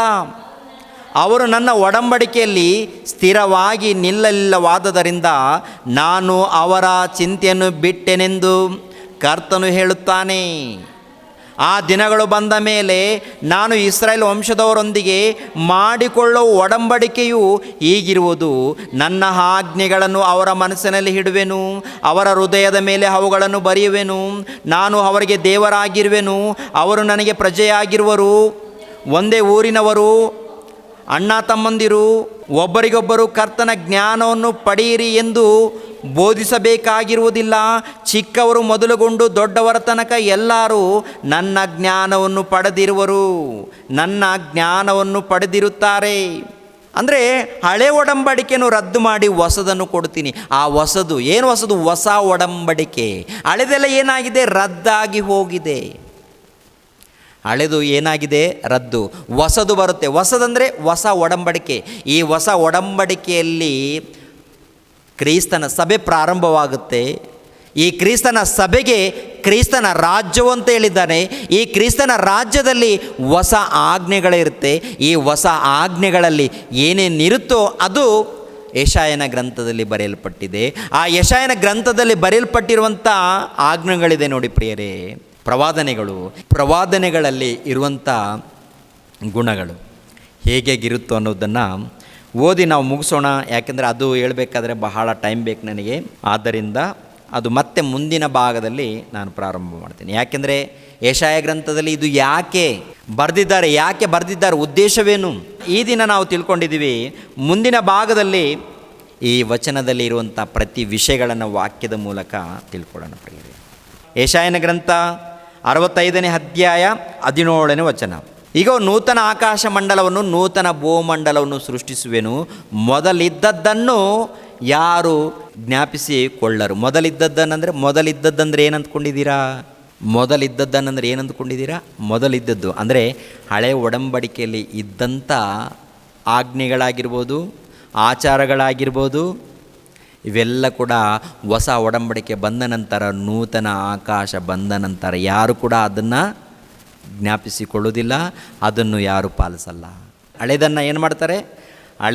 ಮೊದಲಿದ್ದದ್ದನ್ನು ಯಾರು ಜ್ಞಾಪಿಸಿಕೊಳ್ಳರು, ಅದು ನೆನಪಿಗೆ ಬಾರದು ಅಂದರೆ ಆ ಒಡಂಬಡಿಕೆ ಇದೆಯಲ್ಲ, ಅದರಲ್ಲಿರುವಂಥ ಆಜ್ಞೆಗಳು, ಅದರಲ್ಲಿರುವಂಥ ಬಲಿಗಳು. ಸಬ್ಬಾತು ದಿನ ಅಂತ ಹೇಳಿದಾರಲ್ವ, ಸಬ್ಬಾತು ದಿನ ಅಂದರೆ ಶನಿವಾರ. ಇಸ್ರಾಯೇಲರಿಗೆ ಕೊಡಲ್ಪಟ್ಟಿರುವಂಥ ಸಬ್ಬಾತು ದಿನ ಯಾವ ವಾರ? ಶನಿವಾರ. ಈ ಶನಿವಾರ ಯಾರಾದರೂ ನಾವು ಶನಿವಾರ ನಮಗೆ ಸಬ್ಬತ್ತು ದಿನ ಕೊಟ್ಟಿದ್ದಾರೆ ಅಂತೇಳಿ ಯಾರಾದರೂ ನೆನಪು ಮಾಡ್ಕೊಳ್ತಾರೆ ಕ್ರೈಸ್ತರು ಈಗಿನ ಕಾಲದಲ್ಲಿ? ಇಲ್ಲ. ನಮಗೆ ಎಲ್ಲ ದಿನ ದೇವರಿಗೆ ಆರಾಧನೆ ಮಾಡುವಂಥ ದಿನ, ಎಲ್ಲ ದಿನಗಳು. ನಿಜವಾಗ್ಲೂ ವಾಕ್ಯವನ್ನು ತಿಳಿದವರು ಏನು ಮಾಡ್ತಾರೆ ಗೊತ್ತಾ? ಎಲ್ಲ ದಿನಗಳು ದೇವರು ಕೊಟ್ಟಂಥ ದಿನಗಳು. ಎಲ್ಲ ದಿನಗಳಲ್ಲಿ ದೇವರನ್ನು ಘನಪಡಿಸ್ಬೋದು, ಆರಾಧನೆ ಮಾಡ್ಬೋದು. ಮತ್ತು ಭಾನುವಾರ ಯಾಕೆ ಕೂಡಬೇಕಂದ್ರೆ ಪ್ರಿಯರ ದೇವ್ರ ಮಕ್ಕಳಿಗೆ ಸಭೆಯಾಗಿ ಖಂಡಿತವಾಗಿ ಕೂಡಲೇಬೇಕು. ಯಾವಾರ ಕೂಡ್ತೀರಾ? ಭಾನುವಾರನ, ಶನಿವಾರನ, ಶುಕ್ರವಾರನ, ಸೋಮವಾರನ, ಅವರವರ ಅನುಕೂಲದ ಪ್ರಕಾರ. ಭಾನುವಾರನೇ ಕೂಡಬೇಕು ಎನ್ನುವಂಥದ್ದು ಆಜ್ಞೆ ಇಲ್ಲ. ಶನಿವಾರನೇ ಕೂಡಬೇಕು, ಶನಿವಾರ ಸಭೆಯಾಗಿ ಕೂಡಬೇಕು ಎನ್ನುವಂಥದ್ದು ಆಜ್ಞೆ ಇಲ್ಲ. ಇವು ಹೊಸ ಒಡಂಬಡಿಕೆ. ಅಂದರೆ ಯೇಸು ಕ್ರಿಸ್ತರು ಬಂದ ನಂತರ ಶನಿವಾರನೇ ಖಂಡಿತವಾಗಿ ಕೂಡಲೇಬೇಕು, ಶನಿವಾರ ಖಂಡಿತವಾಗಿ ಸಭೆಯಾಗಿ ಕೂಡಬೇಕು ಎನ್ನುವಂಥ ಆಜ್ಞೆ ಇಲ್ಲ. ಶುಕ್ರವಾರ ಖಂಡಿತವಾಗಿ ಸಭೆಯಾಗಿ ಕೂಡಬೇಕು ಎನ್ನುವಂಥದ್ದು ಆಜ್ಞೆ ಇಲ್ಲ. ಭಾನುವಾರ ಖಂಡಿತವಾಗಿ ಕೂಡಬೇಕು, ಸಭೆಯಾಗಿ ಕೂಡಬೇಕು ಎನ್ನುವಂಥದ್ದು ಆಜ್ಞೆ ಇಲ್ಲ. ಮತ್ತು ಯಾವ ಆಜ್ಞೆ? ಎಲ್ಲ ಸಮಯದಲ್ಲಿ ತಂದೆಯಾದ ದೇವರು ಯಥಾರ್ಥವಾಗಿ ಆರಾಧನೆ ಮಾಡಬೇಕು, ಎಲ್ಲ ಸಮಯದಲ್ಲಿ. ಮತ್ತು ಭಾನುವಾರ ಯಾಕೆಂದರೆ ಟೋಟಲ್ ಪ್ರಪಂಚದಲ್ಲಿ ಅನೇಕ ದೇಶಗಳಲ್ಲಿ ರಜೆ ಇರುತ್ತೆ, ಆದ್ದರಿಂದ ಭಾನುವಾರ ಆರಿಸ್ಕೊಂಡಿದೆ. ಎರಡನೇದಾಗಿ ಯೇಸು ಕ್ರಿಸ್ತರು ಮರಣ ಹೊಂದಿ ಸಮಾಧಿ ಮಾಡಲ್ಪಟ್ಟು ಮೃತ್ಯುಂಜಯನಾಗಿ ಎದ್ದು ಬಂದಿರುವಂಥ ದಿನ ಭಾನುವಾರ ಆಗಿರುವುದರಿಂದ, ಭಾನುವಾರ ಮೃತ್ಯುಂಜಯನಾಗಿ ಬಂದಿರುವುದರಿಂದ ಭಾನುವಾರ ಅಂತ ಏರ್ಪಾಡು ಮಾಡಿಕೊಂಡಿದ್ದಾರೆ ವಿನಃ ಇದು ದೇವರ ಆಜ್ಞೆ ಅಲ್ಲ. ಭಾನುವಾರ ತಪ್ಪದೆ ಸಭೆಯಾಗಿ ಕೂಡಬೇಕು ಎನ್ನುವಂಥದ್ದು ದೇವರ ಆಜ್ಞೆ ಅಲ್ಲ. ಸೋಮವಾರ ತಪ್ಪದೆ ಕೂಡಬೇಕು ಎನ್ನುವಂಥದ್ದು ಕೂಡ ಅಲ್ಲ. ಶನಿವಾರ ತಪ್ಪದೆ ಕೂಡಬೇಕು ಅಂತಲೂ ಅಲ್ಲ. ಮತ್ತು ಯಾವಾಗ ಸಭೆಯಾಗಿ ಕೂಡಬೇಕು? ಯಾವಾಗಾದರೂ ಕೂಡ್ಬೋದು. ಒಬ್ಬನಂತಾನಂತೆ ಪ್ರಿಯರ ದೇವ್ರ ಮಕ್ಕಳು, ಒಬ್ಬ ಮೂಢ ಭಾನುವಾರ ಸಭೆಯಾಗಿ ಕೂಡಿದರೆ ಇವರು ಸೈತಾನ ಸಭೆ ಅಂತ ಹೇಳ್ತಾನೆ ಒಬ್ಬ ಮೂಢ. ಭಾನುವಾರ ಸಭೆಯಾಗಿ ಕೂಡಿದರೆ ಅದು ಸೈತಾನ ಸಭೆ, ಅಲ್ಲಿ ಸೈತಾನ ಆರಾಧನೆ ನಡೀತಾ ಇದೆ ಅಂತ ಹೇಳ್ತಾ ಇದ್ದಾನೆ ಒಬ್ಬ ಮೂಢ, ಒಬ್ಬ ಕಳ್ಳ ಕ್ರೈಸ್ತನವನು. ಎಲ್ಲ ದಿನಗಳು ಒಂದು ಕಾಲದಲ್ಲಿ ಕ್ರಿಸ್ತ ಪೂರ್ವದಲ್ಲಿ ಶನಿವಾರ ಕೂಡಬೇಕಂತ ಇರುತ್ತೆ. ಶನಿವಾರ ಸಭೆಯಾಗಿ ಸಬ್ಬಾತು ದಿನವನ್ನು ಹೊಸ ಒಡಂಬಡಿಕೆ ಬಂದ ನಂತರ ಯಾವ ವಾರ? ಎಲ್ಲ ವಾರಗಳು ದೇವ್ರ ವಾರಗಳೇ. ಯಾವತ್ತಾದರೂ ನೀವು ಕೂಡ್ಬೋದು, ಆರಾಧನೆ ಮಾಡ್ಬೋದು. ಖಂಡಿತವಾಗಿ ಪ್ರಿಯರ ದೇವ್ರ ಮಕ್ಕಳಿಗೆ ಭಾನುವಾರ ಸಭೆಯಾಗಿ ಕೂಡ್ತಾ ಇದ್ದೀವಿ ಅಂದರೆ ಕಾರಣ ಏನಂದರೆ ಯೇಸು ಕ್ರಿಸ್ತರು ಮೃತ್ಯುಂಜಯನಾಗಿ ಎದ್ದು ಬಂದಿರುವುದರಿಂದ ಕೂಡ್ತಾ ಇದ್ದೀವಿ ವಿನಃ ಅದು ದೇವರ ಆಜ್ಞೆ ಮಾತ್ರ ಅಲ್ಲ. ಯಾವ ವಾರಾದರೂ ಕೂಡ್ಬೋದು, ಯಾವ ವಾರ ಆದರೂ ಸಭೆಯಾಗಿ ಆರಾಧನೆ ಮಾಡ್ಬೋದು. ಇದು ದೇವರ ಅಪ್ಪಣೆ. ಇದು ಎಲ್ಲ ಸಮಯಗಳಲ್ಲಿ. ಎಫೆಸದವರಿಗೆ ಬರೆದ ಪತ್ರಿಕೆ 5ನೇ ಅಧ್ಯಾಯ ನೋಡಿ ಪ್ರಿಯರೇ. ಎಫೆಸದವರಿಗೆ ಬರೆದ ಪತ್ರಿಕೆ 5ನೇ ಅಧ್ಯಾಯ 19ನೇ ವಚನ. 5ನೇ ಅಧ್ಯಾಯ 19ನೇ ವಚನ. ಆದರೆ ಪವಿತ್ರಾತ್ಮ ಭರಿತರಾಗಿದ್ದು ಕೀರ್ತನೆಗಳಿಂದಲೂ ಆತ್ಮ ಸಂಬಂಧವಾದ ಪದಗಳಿಂದಲೂ ಒಬ್ಬರಿಗೊಬ್ಬರು ಮಾತಾಡಿಕೊಳ್ಳುತ್ತಾ ನಿಮ್ಮ ಹೃದಯಗಳಲ್ಲಿ ಕರ್ತನೆಗೆ ಗಾನ ಮಾಡುತ್ತಾ ಕೀರ್ತನೆ ಹಾಡುತ್ತಾ ಯಾವಾಗಲೂ ಎಲ್ಲ ಕಾರ್ಯಗಳಿಗೋಸ್ಕರ ನಮ್ಮ ಕರ್ತನಾದ ಯೇಸು ಕ್ರಿಸ್ತನ ಹೆಸರಿನಲ್ಲಿ ತಂದೆಯಾದ ದೇವರಿಗೆ ಸ್ತೋತ್ರ ಮಾಡುತ್ತಾ ಕ್ರಿಸ್ತನಿಗೆ ಭಯಪಡುವವರಾಗಿದ್ದು ಒಬ್ಬರಿಗೊಬ್ಬರು ವಿನಯವುಳ್ಳವರಾಗಿ ನಡೆದುಕೊಳ್ಳಿರಿ. ಅಂದರೆ ಎಲ್ಲ ಸಮಯದಲ್ಲಿ ಆರಾಧನೆ ಮಾಡಬೇಕಂತೆ, ದೇವರನ್ನು ಘನಪಡಿಸಬೇಕಂತೆ. ಕೀರ್ತನೆಗಳಿಂದಲೂ ಆತ್ಮ ಸಂಬಂಧವಾದ ಪದಗಳಿಂದಲೂ ಆತ್ಮ ಸಂಬಂಧವಾದಂಥ ಹಾಡುಗಳಿಂದಲೂ ಸಂಗೀತದಿಂದಲೂ ತಂದೆಯಾದ ದೇವರಿಗೆ ಘನಪಡಿಸಬೇಕು, ಆರಾಧನೆ ಮಾಡಬೇಕು. ಯಾವ ಸಮಯದಲ್ಲಿ? ಎಲ್ಲ ಸಮಯ. ಕೆಲವರು ಭಾನುವಾರ ಸಭೆಯಾಗಿ ಕೂಡಿದ್ದಾರೆ, ಕೆಲವರು ಶನಿವಾರ ಸಭೆಯಾಗಿ ಕೂಡಿದ್ದಾರೆ, ಇನ್ನು ಪ್ರತಿನಿತ್ಯ ಸಭೆಯಾಗಿ ಕೂಡಿದ್ದಾರಂತೂ ಇರುತ್ತಾರೆ ಬೈಬಲ್ ಗ್ರಂಥದಲ್ಲಿ. ಪ್ರತಿನಿತ್ಯ ನೋಡ್ತೀರಾ? ಅಪೋಸ್ತಲರ ಕೃತ್ಯಗಳು 2ನೇ ಅಧ್ಯಾಯ, ಅಪೋಸ್ತಲರ ಕೃತ್ಯಗಳು 2ನೇ ಅಧ್ಯಾಯ 41ರಿಂದ. ಅವನ ಮಾತಿಗೆ ಒಪ್ಪಿಕೊಂಡವರು ದೀಕ್ಷಾಸ್ನಾನ ಮಾಡಿಸಿಕೊಂಡರು. ಆ ದಿವಸ ಸುಮಾರು 3,000 ಜನರು ಅವರಲ್ಲಿ ಸೇರಿದರು. ಅವರು ಅಪೋಸ್ತಲರ ಬೋಧನೆಯನ್ನು ಕೇಳುವವರಲ್ಲಿಯೂ ಸಹೋದರರ ಅನ್ಯೋನ್ಯತೆಯಲ್ಲಿಯೂ ರೊಟ್ಟಿ ಮುರಿಯುವುದರಲ್ಲಿಯೂ ಪ್ರಾರ್ಥನೆಗಳಲ್ಲಿಯೂ ನಿರತರಾಗಿದ್ದರು. ಎಲ್ಲರಿಗೂ ಭಯ ಉಂಟಾಯಿತು. ಇದಲ್ಲದೆ ಅನೇಕ ಅದ್ಭುತ ಕಾರ್ಯಗಳು ಸೂಚಕ ಕಾರ್ಯಗಳು ಅಪೋಸ್ತಲರ ಕೈಯಿಂದ ನಡೆದವು. ನಂಬಿದವರೆಲ್ಲರೂ ಒಗ್ಗಟ್ಟಾಗಿದ್ದು ತಮ್ಮದೆಲ್ಲವನ್ನು ಹುದುವಾಗಿ ಅನುಭೋಗಿಸುತ್ತಾ ತಮ್ಮ ತಮ್ಮ ಸ್ಥಿರ ಸ್ವತ್ತುಗಳನ್ನು ಮಾರಿ ಬಂದ ಹಣವನ್ನು ಎಲ್ಲರಿಗೆ ಅವರವರ ಅಗತ್ಯವಿದ್ದ ಹಾಗೆ ಹಂಚಿಕೊಡುತ್ತಾ ಇದ್ದರು. ಅವರು ದಿನಾಲೂ ಏಕ ಮನಸ್ಸಿನಿಂದ ದೇವಾಲಯದಲ್ಲಿ ಕೂಡುತ್ತಾ ಮನೆಗಳಲ್ಲಿ ರೊಟ್ಟಿ ಮುರಿಯುತ್ತಾ ಉಲ್ಲಾಸದಿಂದಲೂ ಸರಳ ಹೃದಯದಿಂದಲೂ ಊಟ ಮಾಡುತ್ತಾ ಇದ್ದರು. ಅಂದರೆ ದಿನಾಲೂ ಪ್ರತಿನಿತ್ಯ ದೇವಾಲಯದಲ್ಲಿ ಕೂಡ್ತಾ ಇದ್ದಾರಂತೆ. ಆ ನಂತರ ಮನೆಗೆ ಹೋಗಿ ಸುವಾರ್ತೆ ಮಾಡ್ತಾ ಇದ್ದಾರಂತೆ, ಮನೆಯಲ್ಲಿ ರೊಟ್ಟಿ ಮುರಿತಾ ಇದ್ದಾರಂತೆ, ದೇವರನ್ನು ಕೊಂಡಾಡ್ತಾ ಇದ್ದಾರಂತೆ ಅವರೆಲ್ಲರೂ ಕೂಡ ದಿನಾಲು. ಇವನಂತಾನೆ ಭಾನುವಾರ ಆರಾಧನೆ ಮಾಡೋರು ಸೈತಾನನಿಗೆ ಆರಾಧನೆ ಮಾಡ್ತಾನೆ, ಇವರೇ ಕ್ರಿಸ್ತ ವಿರೋಧಿ ಅಂತ ಒಬ್ಬ ಕಳ್ಳ ಬೋಧಕನು ಬಂದಿದ್ದಾನೆ. ಪ್ರಿಯರಾದ ದೇವರ ಮಕ್ಕಳಿರ ಆಲೋಚನೆ ಮಾಡಿ. ಅಂದರೆ ಹಳೆ ಒಡಂಬಡಿಕೆಯಲ್ಲಿ ಯೆಶಾಯನ ಮೂಲಕ ಹೇಳಿರೋದು ಏನು ಗೊತ್ತಾ? ಜ್ಞಾಪಕ ಮಾಡಿಕೊಳ್ಳೋದಿಲ್ಲ, ಹಳೆದನ್ನು ಜ್ಞಾಪಕ ಮಾಡಿಕೊಳ್ಳೋದಿಲ್ಲ. ಮೊದಲಿದ್ದದ್ದನ್ನು ಅಂದರೆ ಏನೇನು ಗೊತ್ತಾ? ಹಬ್ಬಗಳು, ಸಬ್ಬತ್ತು ದಿನಗಳು, ಆಚರಣೆಗಳು, ಇವೆಲ್ಲ ಏನೇನಿದೆ ಎಲ್ಲವನ್ನು ನೆಲೆಸ್ತಾರೆ, ಅದೆಲ್ಲ ಸಂಪೂರ್ಣವಾಗಿ ಮರಿತಾರೆ. ಅಂದರೆ ದೇವರು ಒಂದು ಕಾಲದಲ್ಲಿ ಕೊಟ್ಟಿದ್ದಾರಂತ ತಿಳ್ಕೊಂಡು ಹೊಸ ಒಡಂಬಡಿಕೆ ಬಂದ ನಂತರ ಹೊಸ ಒಡಂಬಡಿಕೆಯಲ್ಲಿ ಬರೆಯಲ್ಪಟ್ಟಿರುವಂಥ ಆಜ್ಞೆಗಳನ್ನು ತಿಳ್ಕೊಂಡು ಪಾಲಿಸ್ತಾರೆ. ಅದು ಹೇಳಿದ್ದಾನೆ ಪ್ರಿಯರೇ. ಇನ್ನು ಉಳಿದಿರುವಂಥ ಮಾತುಗಳಿದೆಯಲ್ಲ, ಇವೆಲ್ಲವನ್ನು ಕೂಡ ಮುಂದಿನ ಭಾಗದಲ್ಲಿ ತಿಳ್ಕೊಳ್ಳೋಣ ಪ್ರಿಯರೇ. ಓಕೆನಾ? ದೇವರು ನಿಮ್ಮನ್ನು ನನ್ನನ್ನು ಆಶೀರ್ವದಿಸಲಿ. ಎಲ್ಲರೂ ತಲೆಬಾಗಿಸಿರಿ, ಪ್ರಾರ್ಥನೆ ಮಾಡಿಕೊಂಡು ಮುಗಿಸುತ್ತೇನೆ. ನಮ್ಮನ್ನು ಬಹಳವಾಗಿ ಪ್ರೀತಿಸುವಂಥ ತಂದೆಯ ದೇವರೇ, ವಂದನೆಗಳು, ಸ್ತೋತ್ರಗಳು ತಂದೆ. ಇಷ್ಟು ತನಕ ನಿಮ್ಮ ಮಾತುಗಳನ್ನು ತಿಳಿಸಿದ್ದೇನೆ. ಇನ್ನೂ ಅನೇಕ ವಿಷಯಗಳಿದೆ ತಂದೆ. ಅವೆಲ್ಲವನ್ನು ಸಂಪೂರ್ಣವಾಗಿ ವಾಕ್ಯದ ಮೂಲಕ ತಿಳಿದುಕೊಳ್ಳೋದಕ್ಕೆ ಸಹಾಯ ಮಾಡಿ. ಯೆಶಾಯನ ಮೂಲಕ ನುಡಿದಿರುವಂಥ ಪ್ರವಾದನೆ ವಾಕ್ಯಗಳು ತಂದೆಯ ದೇವರೇ, ಯೇಸು ಕ್ರಿಸ್ತನ ಮೂಲಕ 1ನೇ ಶತಮಾನದಲ್ಲಿ ನೂತನ ಆಕಾಶ ಮಂಡಲ, ನೂತನ ಭೂಮಂಡಲ ಸ್ಥಾಪನೆ ಆಗಿದೆ ಎಂದು ವಾಕ್ಯದ ಮೂಲಕ ತಿಳಿಸ್ಕೊಟ್ಟಿದ್ದೇನೆ ತಂದೆ. ಅದು ನಿಮ್ಮ ರಾಜ್ಯವನ್ನು ಕುರಿತು, ನಿಮ್ಮ ಸಭೆಯನ್ನು ಕುರಿತು, ನಿಮ್ಮ ಮಂದಿರವನ್ನು ಕುರಿತು ತಂದೆಯ ದೇವರೇ, ಅದರಲ್ಲಿ ಬರೆಯಲ್ಪಟ್ಟಿರುವಂಥ ಪ್ರತಿ ವಿಷಯಗಳನ್ನು ವಾಕ್ಯದ ಮೂಲಕ ಅರ್ಥ ಮಾಡಿಕೊಳ್ಳೋದಕ್ಕೆ ಸಹಾಯ ಮಾಡಿ.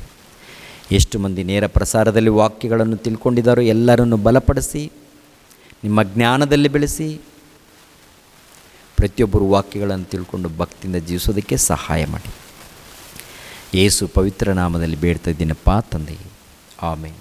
ಎಲ್ಲರಿಗೂ ವಂದನೆಗಳು ಪ್ರಿಯರೇ. ರಕ್ಷಕನಾದ ಯೇಸು ಕ್ರಿಸ್ತರ ನಾಮದಲ್ಲಿ ಆತ್ಮೀಯರೆಲ್ಲರಿಗೂ ಹೃತ್ಪೂರ್ವಕ ವಂದನೆಗಳನ್ನು ತಿಳಿಸ್ತಾ ಇದ್ದೇನೆ.